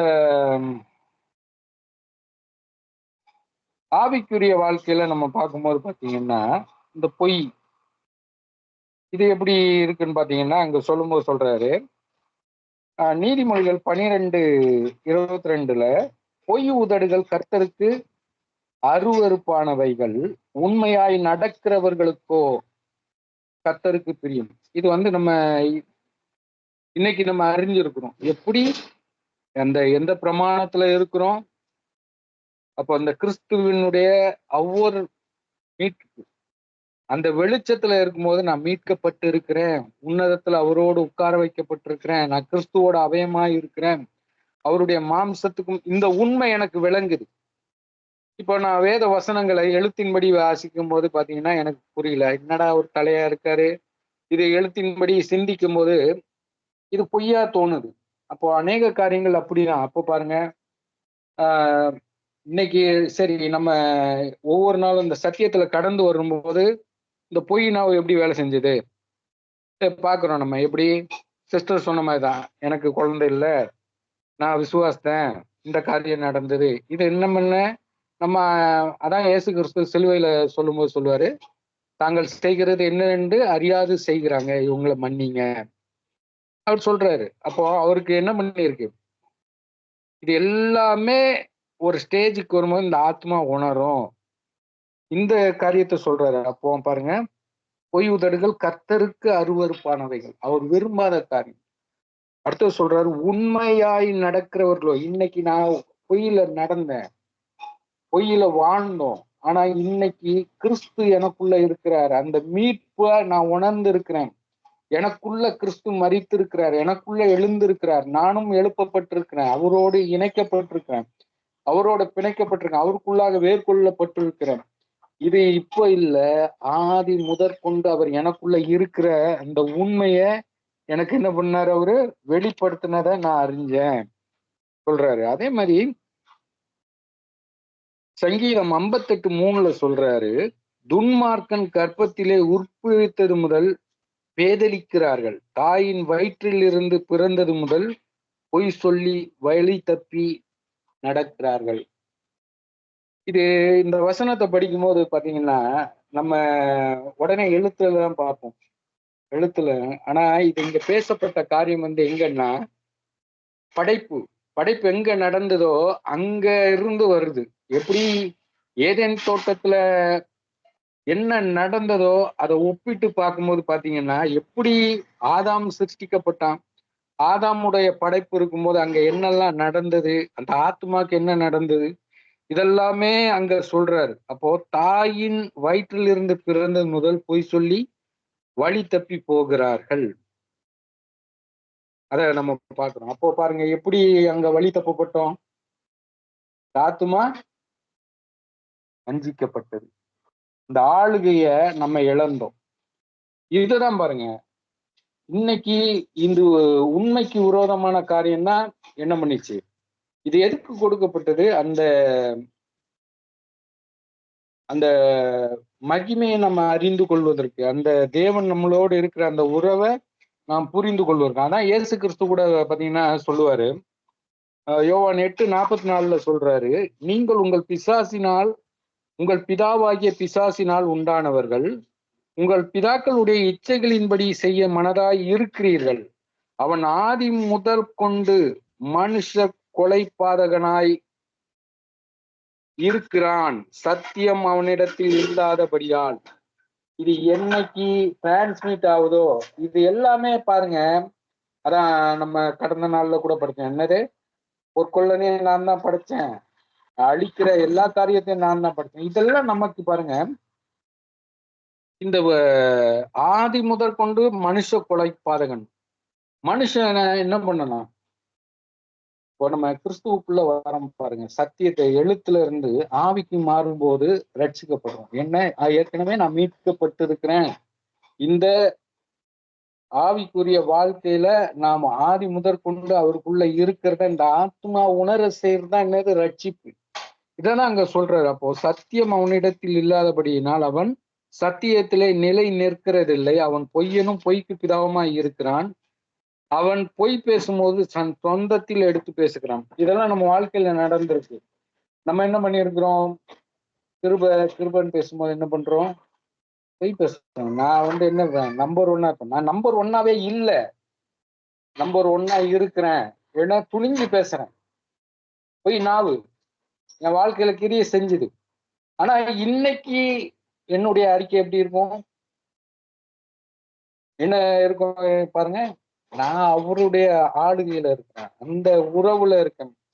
இது எப்படி நடக்குது, ஒவ்வொரு நாளும் நமக்குள்ள இந்த பரிமாற்றங்கள் நடந்துகிட்டே இருக்கு. இந்த ஆத்மாவுக்கு போதனை ஒவ்வொரு நாளும் உணவா மாறிட்டு இருக்கு இன்னைக்கு பாருங்க. அப்போ இந்த நீதிமொழிகளை எடுத்து முன்ன என்ன பண்ணுவோம்னா சின்ன பிள்ளைகளுக்கு அறிவுரை பேசுவோம்.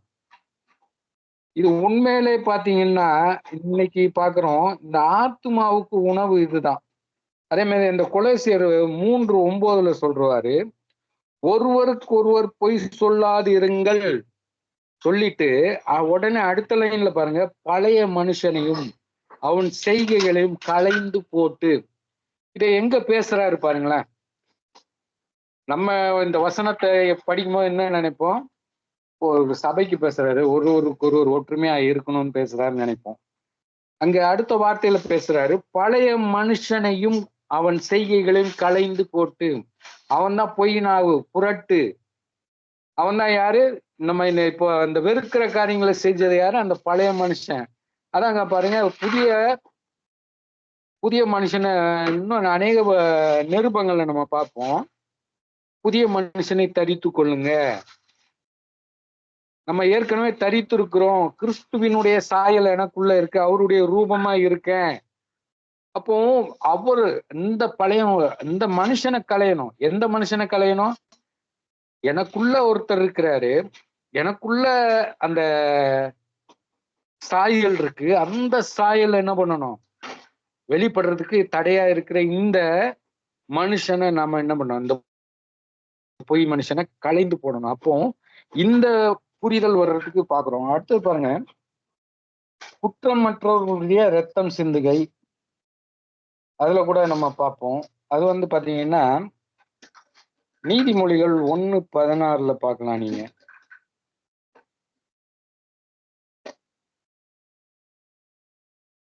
இல்ல நீதிமொழிகள் இருதயம்,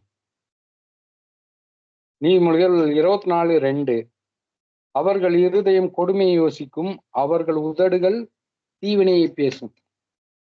இது எல்லாமே கனெக்டட் தான் பாருங்க. எல்லாம் இந்த சொன்ன 6, 7 சொல்றாருல, இது எல்லாமே கனெக்டடு. இது எல்லாமே இசைவா வரும். அப்படியே அங்க சொல்லும் அபத்தம் பேசும் நாவு, இது எதுக்கு இதெல்லாம் பாத்தீங்கன்னா இந்த சகோதர ஸ்நேகத்தை பிரிக்கிறதுக்கு இதுதான் அங்க பேசப்படுது. அதான் சொல்றாரு. அப்போ அவர்கள் உதடுகள் தீவினையை பேசும், அவர்கள் இருதயம் கொடுமையை யோசிக்கும். இருதயம் எப்படி, நம்ம ஏற்கனவே தீர்க்க தரிசன புஸ்தகத்துல இருதயங்களை வாசித்திருப்போம். நம்ம எப்படி மனுஷனுடைய இருதயம் எப்படி இருக்கு, திருக்குள்ளதும் கேடுள்ளதா இருக்குது அப்படின்னு வாசித்திருப்போம். அப்போ பாருங்க,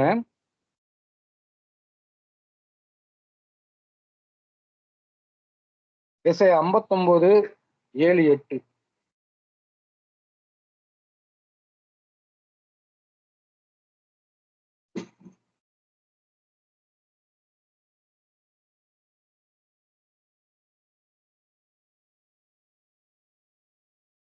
இல்ல எசேயா 32:6, ஏனென்றால் மூடன் மூடத்தனத்தை பேசுகிறான், அவன் இருதயம் அநியாயத்தை நடப்பிக்கும், அவன் மாயம் பண்ணி கர்த்தருக்கு விரோதமாய்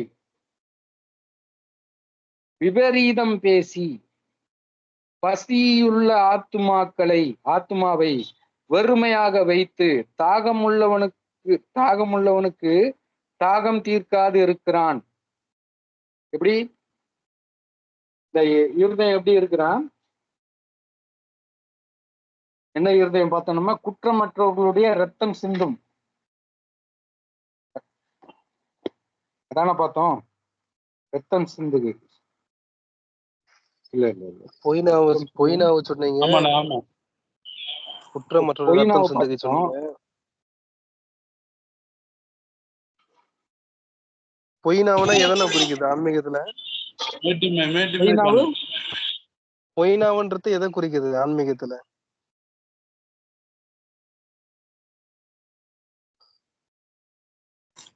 தவறானதை பேசுறது, விரோதமா பேசுற காரியங்கள், சரியா இருக்கிறத மாத்தி பேசுறது.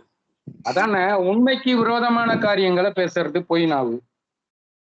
சத்தியத்தை புரட்டி பேசுறது, சத்தியத்தை புரட்டுறது. அதான் நம்ம எது சத்தியம் பேசிட்டு இருந்தோமோ அது இல்லை, அதுக்கு உண்மையான காரியத்தை அப்போ நம்ம என்ன பண்ணோம், வார்த்தைகளை எடுத்துட்டு நம்ம எல்லாமே சொன்ன மாதிரி தான், எனக்கு வீடு வேணும், தோட்டம் வேணும், துறவு வேணும், எது வேத வசனத்துக்கு புறம்பா நம்ம என்ன பண்ணோம் நடந்து. வார்த்தை என்ன சொல்லுது, நான் நீ ஏற்கனவே மீட்கப்பட்டிருக்கிற இந்த உணர்வை நமக்கு கொடுத்தது, அததான் பார்க்கிறோம். அப்போ அங்க பாருங்க, அதே மாதிரி வேறொரு கிறிஸ்துவை அறிவிப்பதும் பொய்னாவுதான். என்னன்னா வேறொரு கிறிஸ்துவை அறிவிப்பது பொய்னாவு. ஃபர்ஸ்ட் வேற ஒரு கிறிஸ்து தானே, இருள்ல இருந்தானே வெளிச்சம் வர முடியும். சத்தியத்தை புரட்டி பேசுறது சொல்றாங்க. குற்றமற்றவர்களுடைய ரத்தம் சிந்துகையை பார்த்தோம் நம்ம. அதுல பாத்தீங்கன்னா நீதிமொழிகள் 1:16 யாராவது எடுத்தீங்கன்னா கொஞ்சம் வாசிங்க.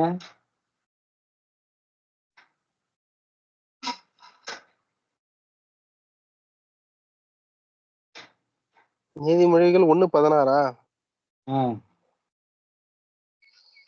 அவர்கள் கால்கள் தீங்கு செய்ய ஓடி ரத்தம் சிந்தி தீவிரிக்கிறது.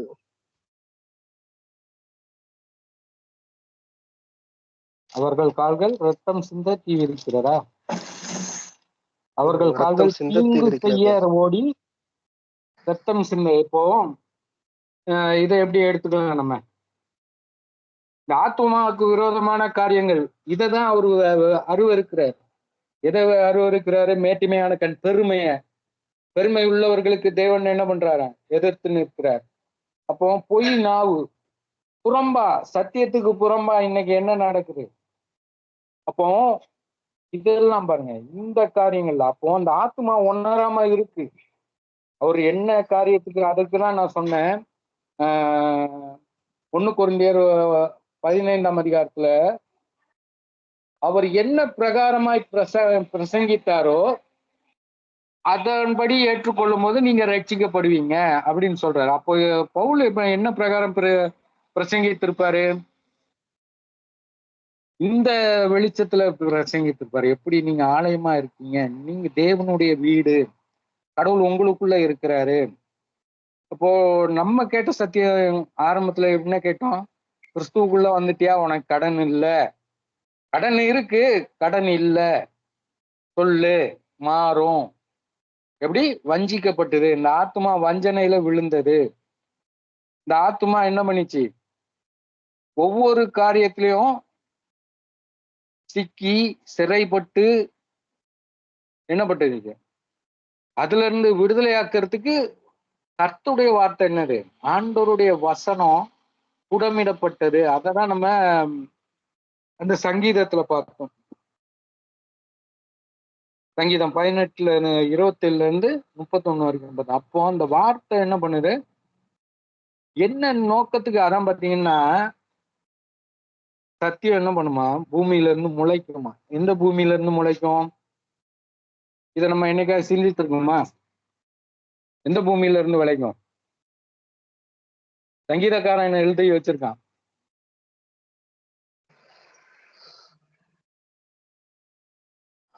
உங்களுக்குள்ள எழுதி வச்ச பிரமாணம் உங்களுக்குள்ள இருந்து வெளிப்படும். அததான் அங்க சொல்றாரு அவர். உங்களுக்குள்ள அதான் பாருங்க, ஒவ்வொரு சீஷர்கள் போகும்போது நீங்க போய் எங்க போய் நிக்கிறீங்களோ, என்ன பேசணும், எதை செய்யணும்னு நீங்க என்ன கவலைப்படாதீங்க, அந்த நேரத்துல உங்களுக்கு என்ன வரும் அப்படின்னு சொல்றாரு. அப்போ இந்த சத்தியம் நமக்குள்ள இருந்து முளைத்து கொண்டே இருக்கும். இந்த சத்தியத்தை நம்ம என்ன பண்ண முடியாது, ஒண்ணும் பண்ண முடியாது. அது நம்ம அதோட வேலையை, அந்த வித்து என்ன பண்ணோம், அந்த வித்தோட வேலையை செஞ்சுக்கிட்டே இருக்கும். நமக்குள்ள இருந்து அது பார்த்துக்கிட்டே இருக்கிறோம். அதே மாதிரி பாருங்க, ஏசாயா 59:7-8 அவர்கள் கால்கள் பொல்லாப்பு செய்ய ஓடி குற்றமில்லாத இரத்தத்தை சிந்த தீவிரிக்கிறது. அவர்கள் நினைவுகள் அக்கிரம நினைவுகள், பால் கடிப்பும் அழிவும் அவர்கள் வழியில் இருக்கிறது. எப்படி இருந்தது? இந்த கலைந்து போட வேண்டிய மனுஷனுடைய இருதயம் எப்படி இருந்தது, அவனுடைய நினைவு எப்படி இருந்தது, இந்த உண்மைக்கு புறம்பா அந்த பாத்தீங்கன்னா பவுல் பேசும்போது சொல்ற, இப்பிரபஞ்சத்தின் தேவன் அவர்கள் மனக்கண்களை குருடாக்கினார். அந்த குருட்டாவே நம்மளை வச்சுட்டு இருந்தது. அப்போ அதுல இருந்து அதான் இங்க சொல்லும்போது சொல்றாரு, ரத்தம் சிந்த தீவிரிக்கிறது, அவர்கள் நினைவுகள் அக்கிரமமான சிந்தை. என்ன அக்கிரம சிந்தைகள்? அக்கிரமம்னா என்ன? இஸ்ரவேல் ஜனங்கள் என்ன அக்கிரமம் பண்ணாங்க?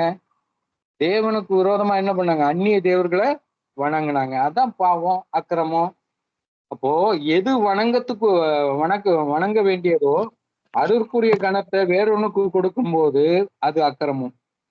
அதான் பாருங்க, பால் கடிப்பும் அழிவும் அவர்கள் வழியில் இருக்கிறது, சமாதான வழியை அறியார்கள், அவர்கள் நடைகளில் நியாயம் இல்லை, தங்கள் பாதைகளையோ தாங்களே கோணலாக்கி கொண்டார்கள். இது யார் பண்ணது? நம்ம தான் பண்ணிக்கிட்டோம். நம்ம என்ன பண்ணோம்? போனோம், அழிஞ்சோம். இன்னைக்கு வார்த்தை என்ன பண்ணிச்சு? நம்மள அந்த தெளிவான காரியத்துல கொண்டு வந்திருக்கு. இந்த வார்த்தைக்கின்படி நடக்கும்போது உத்தம மார்க்கத்தார் பாக்கியவான்கள் வேத வசனத்துல. அப்போ இந்த வசனம் என்ன நோக்கத்துக்கு சொல்லப்பட்டது? இதுக்கு அதான் இயேசு கிறிஸ்து சொன்னார், நானே வழியும் நானே சத்தியமும் நானே ஜீவனுமாய் இருக்கிறேன், என்னை இல்லாமல் உங்களை என்னது பிதாவின் இடத்தில் வரான். உங்களுக்குள்ள நமக்குள்ள இருக்கிற அந்த பொக்கிஷத்தை அறிய அந்த கடவுளுடைய வெளிச்சம் இல்லைன்னா நம்மளால என்ன பண்ண முடியாது, அது செய்ய முடியாது. அதை தான் அங்க பார்க்கணும். அதை தான் சொல்றாரு, அவைகளில் நடக்கிற ஒருவனும் சமாதானத்தை அறியான். இன்னைக்கு பாருங்க, நம்ம கடந்து எல்லாம் நம்ம வந்துட்டோம். நமக்கு முன்னாடி இருந்தவங்க எல்லாம் என்ன பண்றாங்க? அதிலேயே சிக்கி தவிக்கிறாங்க. அப்போ இந்த ஆத்ம போராட்டம் இருக்கு பாத்தீங்களா? ஒரு ஆத்மா என்ன பண்ணுது? வாஞ்சிக்குது. எல்லோரும் தேவனுடைய சிந்தை அதுதான். எல்லோரும் ரட்சிக்கப்படுவதே தேவனுடைய சிந்தவையா இருக்கு, சித்தமா இருக்கு. இதைதான் நம்ம பாக்குறோம். அப்போ அத சொல்றாரு. என்னண்ணா, டைம் இருக்கா? பேசலாமா? சுருக்கமா பேசி முடிங்க. 2 மணி நேரம் ஆயிருக்கு. 2 மணி நேரம் ஆயிருக்கு. இன்னும் 3-4 பாயிண்ட் இருக்கு. இதுல மேட்டுமையான கண்ணை நம்ம பார்த்தோம். பொய்னாவு எப்படி பொய்னாவு ஒரு ஆத்துமாக்குள்ள செயல்பட்டு இருக்குன்றத பாக்குறோம். அப்ப நமக்குள்ள எப்படி செயல்பட்டுச்சு? அப்ப பொய்யான விஷயத்துல புளிகி தள்ளுறது, ஆத்மா எப்படி புளிகி தள்ளிச்சு? பொய்யான விஷயத்த எப்படி பேசிச்சு? அத கருத்தை ஆராய்ஞ்சு பார்க்கணும். ஒண்ணு இல்ல நம்ம எப்படி அப்போ அதுக்கு இப்ப ஆராய்ஞ்சு பார்க்கணும்னா, பொய் பேசணும்னா முதல்ல பொய் பேசணும். எத்தனை பேர் பொய் பேசுறீங்க? பொய் பேசி பழக்கம் உண்டா? எல்லாருமே பேசியிருக்கோம். ஒரு நிமிஷத்துல வருவான்னு நம்பாரு. ஒரு நிமிஷத்துல நான் வருவேன் பாரு. Everything recording. உள்ளத சொல்றாரு, உண்மையை சொல்றாரு. இல்ல உண்மை சொன்னாலும் அவங்க வாழ்க்கை நடந்தாலும் சொல்ல முடியும். இப்ப பொய் இப்ப இத்தனை பேர் 4 பேர் உள்ள இருக்கோம்னா பொய் யார் வாழ்க்கையில இருக்கு. அது நம்முடைய இப்போ அந்த உணரும் போதுதான் நம்ம அடுத்த கட்டத்துக்கு நம்ம போறோம். சரி, எல்லார் வாழ்க்கையில இருக்குன்னு சொல்றீங்க. நான் உங்க வாழ்க்கையில கேக்குறேன், பொய் பேசுறதுக்கு காரணம் என்ன? நீங்க எதுக்கு பொய் பேசுனீங்க?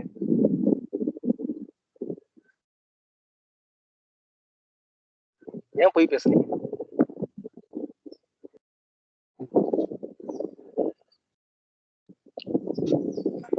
சரி, மற்ற நண்பர்கள் யாரா ட்ரை பண்ணுங்க. எப்படி சொன்னீங்க? பயம். பொய் பேசுறதுக்கு காரணம் என்ன? ஏன் ஒருத்தர் பொய் சொல்றாங்க? ஒரு காரியத்துக்கு தப்பிக்கிறதுக்கு பொய் சொல்லலாம். ஒரு காரியத்துல தப்பிக்கிறதா, தண்டனை தப்பிக்கிறதா? உண்மையை மறைக்கிறதுக்கு பொய் சொல்லலாம். உண்மையை ஏன் மறைக்கணும்? அது சொன்னா பிரச்சனை வரும்னு சொல்லி மறைப்பாங்க. உண்மையை சொன்னா பிரச்சனை வரும்ன்றது. உண்மையை சொன்னா எப்படின்னா பிரச்சனை வரும்? உண்மையை சொன்னா நல்லதுதான் நடக்கும், பொய் சொன்னாதான் பிரச்சனை வரும்.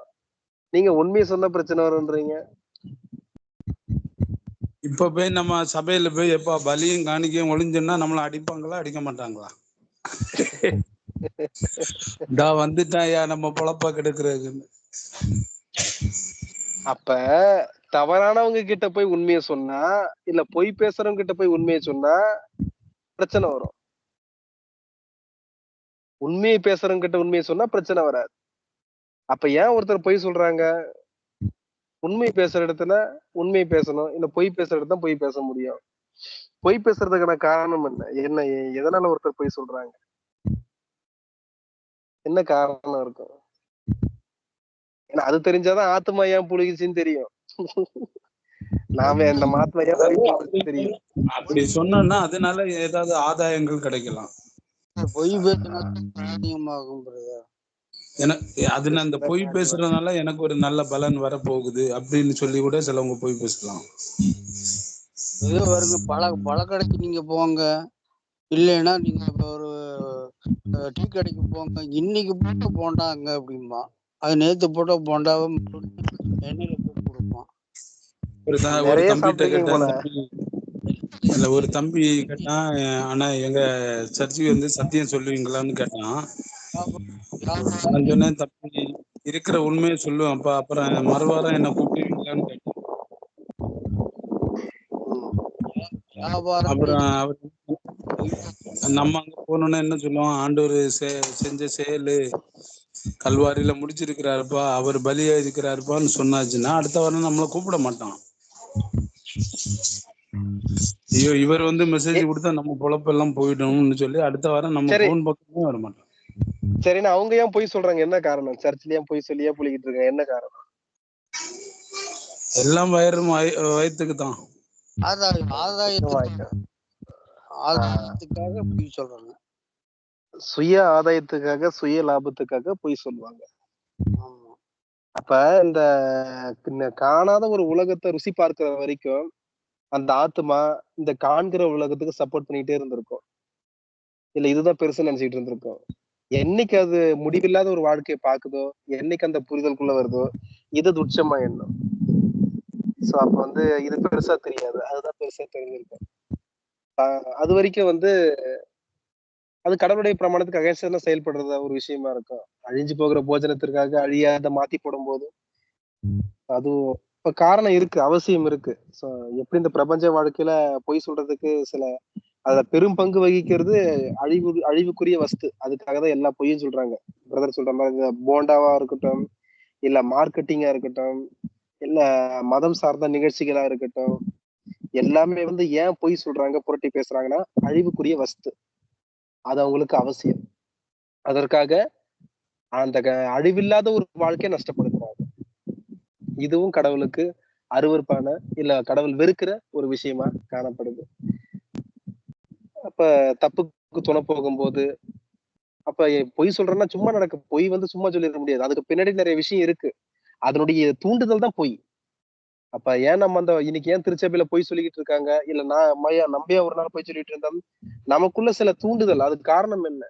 அதுவும் அழிவுக்குரிய வஸ்து தான், அழிஞ்சு போகிற போஜனத்திற்காக தான். சோ இதற்காக இது வந்து கடவுளுக்கு வந்து வெறுக்கிறார். இந்த விஷயத்தையும் கடவுள் வெறுக்கிறார். அதுக்கு பிறகு குற்றமற்றவருடைய ரத்தம் சிந்துகை. இதுக்கு அர்த்தமே யாரும் சொல்லலையே. குற்றமற்றவருடைய ரத்தம் சிந்துகை, இதுக்கு பொருள் என்ன? முதல்ல பொருள் சொல்லுங்க. இது என்ன விளக்குது, என்ன சொல்லுது? இதுக்கு பொருள் தப்பே பண்ண மாட்டேன், இல்ல தப்பே பண்ணிருக்க மாட்டாரு, ஆனா இவர் தப்பு பண்ணினாருன்னு சொல்லுவாங்க. இது கடவுள் வெறுக்கிறாரா? கண்டிப்பா. வேற யாராவது புரியுற மாதிரி சொல்ல முடியுமா? குற்றமற்றவருடைய ரத்தம் சிந்துகை கிறிஸ்டன் கிளாரிட்டி ஏதாவது சொல்ல முடியுமா? அதாவது கொலை பண்ணிருக்க மாட்டாங்க, ஆனா கொலைக்கு உடந்தையா இவங்க இருந்தாங்க, அதனால இவங்களுக்கு அதிகப்படியான தண்டனை கொடுப்பாங்க. கொலை செஞ்சவனை விட தூண்டுதல், கொலை செய்யறதுக்கு தூண்டினவங்களுக்கு அதிக தண்டனைன்னு சொல்லுவாங்க. அது வேற இது வேற. அது வந்து பொய் சாட்சி, இல்ல வந்து ஓகே அது வந்து பிரமாணத்துக்குள்ள இருக்கு இல்லையா? ஒருத்தன் தவறு செய்யறான், ஒருத்தன் அறியாம செய்யறான். ஆனா தவறு செய்ய வைக்கிறது ஒருத்தன் இருக்கான் இல்லையா? வஞ்சித்தம் ஒருத்தன் இருக்கான். ரத்தம் சிந்துதல் அப்படின்னா ஒருவன் குற்றவாளியா இல்லையான்னு தெரியாம ஒரு நிரபராதியை தண்டிக்கிறது. எக்ஸாக்ட்லி. இதான் குற்றமற்ற ரத்தம் சிந்தை. தவறான ஜட்ஜ்மெண்ட். கிறிஸ்பன் கிளாரிட்டி சொல்ல போனா தவறான நீதி. 1000 நிரபராதி 1000 குற்றவாளி தப்பிக்கலாம், விடுதலையாக்க தப்பிக்கலாம். ஆனா ஒரு நிரபராதி தண்டிக்கப்படக்கூடாது. இதான் இந்த பிரபஞ்சத்தினுடைய நீதி. எங்க இருந்து வந்துச்சா? பிரமாணத்துல இருந்து வந்துச்சு. எல்லா குற்றவாளியும் தப்பிக்க தானே செஞ்சாங்க. அது கூட யாரு எல்லா குற்றவாளியும் தப்பிக்க, ஆனா ஒரு நிரபராதி தண்டிக்கப்படக்கூடாது. தவறான நீதி வழங்கக்கூடாது. அப்ப இங்க தவறான நீதி, இதான் பொருள். குற்றமற்றவருடைய ரத்தம் சிந்துகை. இது கடவுள் வந்து வெறுக்கிறாரு. தவறான நீதி வழங்கக்கூடாது. அப்ப இது ஆன்மீகத்துல அப்ளை பண்ணி பாருங்க, என்ன விளக்கம் கிடைக்கும். அப்படின்னா தவறான உபதேசம், ஆத்மாவுக்கு விரோதமா உபதேசம் பண்ணக்கூடாது. நியாய தீர்ப்பு தவறா போதிக்க கூடாது. நியாய தீர்ப்பு இன்னைக்கு தவறா போதிச்சுக்கிட்டு இருக்காங்க. கல்லறைகள் திறக்கப்படும். எப்படின்னா ஆண்டவரே, அதான் நேரத்துக்கு ஒரு சகோதரன்ட்ட பேசினேன். மாம்சமும் ரத்தமும் தேவனுடைய ராஜ்யத்தை சுதந்திரிக்க முடியாதுன்னு சொல்லி வசனம் தெளிவா இருக்கு. எப்படி ஆண்டவர் இங்க வந்து உங்களை கூட்டிட்டு போவாருன்னு சொல்லி நம்பிக்கையில இருக்கிறீங்கன்னு கேட்டார்.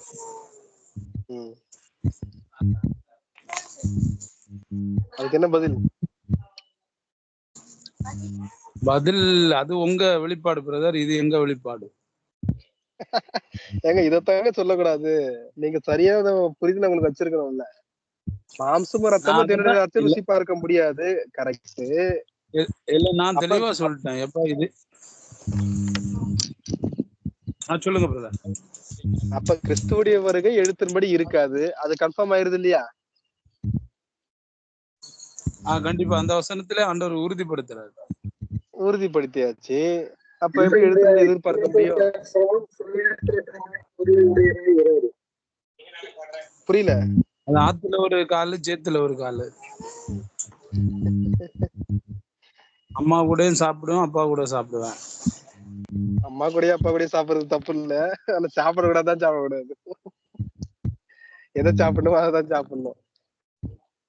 இங்க அப்படி சாப்பிடக்கூடாத சாப்பிடக்கூடாது. அதான் வாந்தி வந்து கிடக்கு. ஆமா, வாந்தி எடுக்கிறதும் தப்பு கிடையாது. அது உடம்பு ஏத்துக்கலாம் தான் வெளியே வருது. மறுபடியும் அதை சாப்பிடக்கூடாது.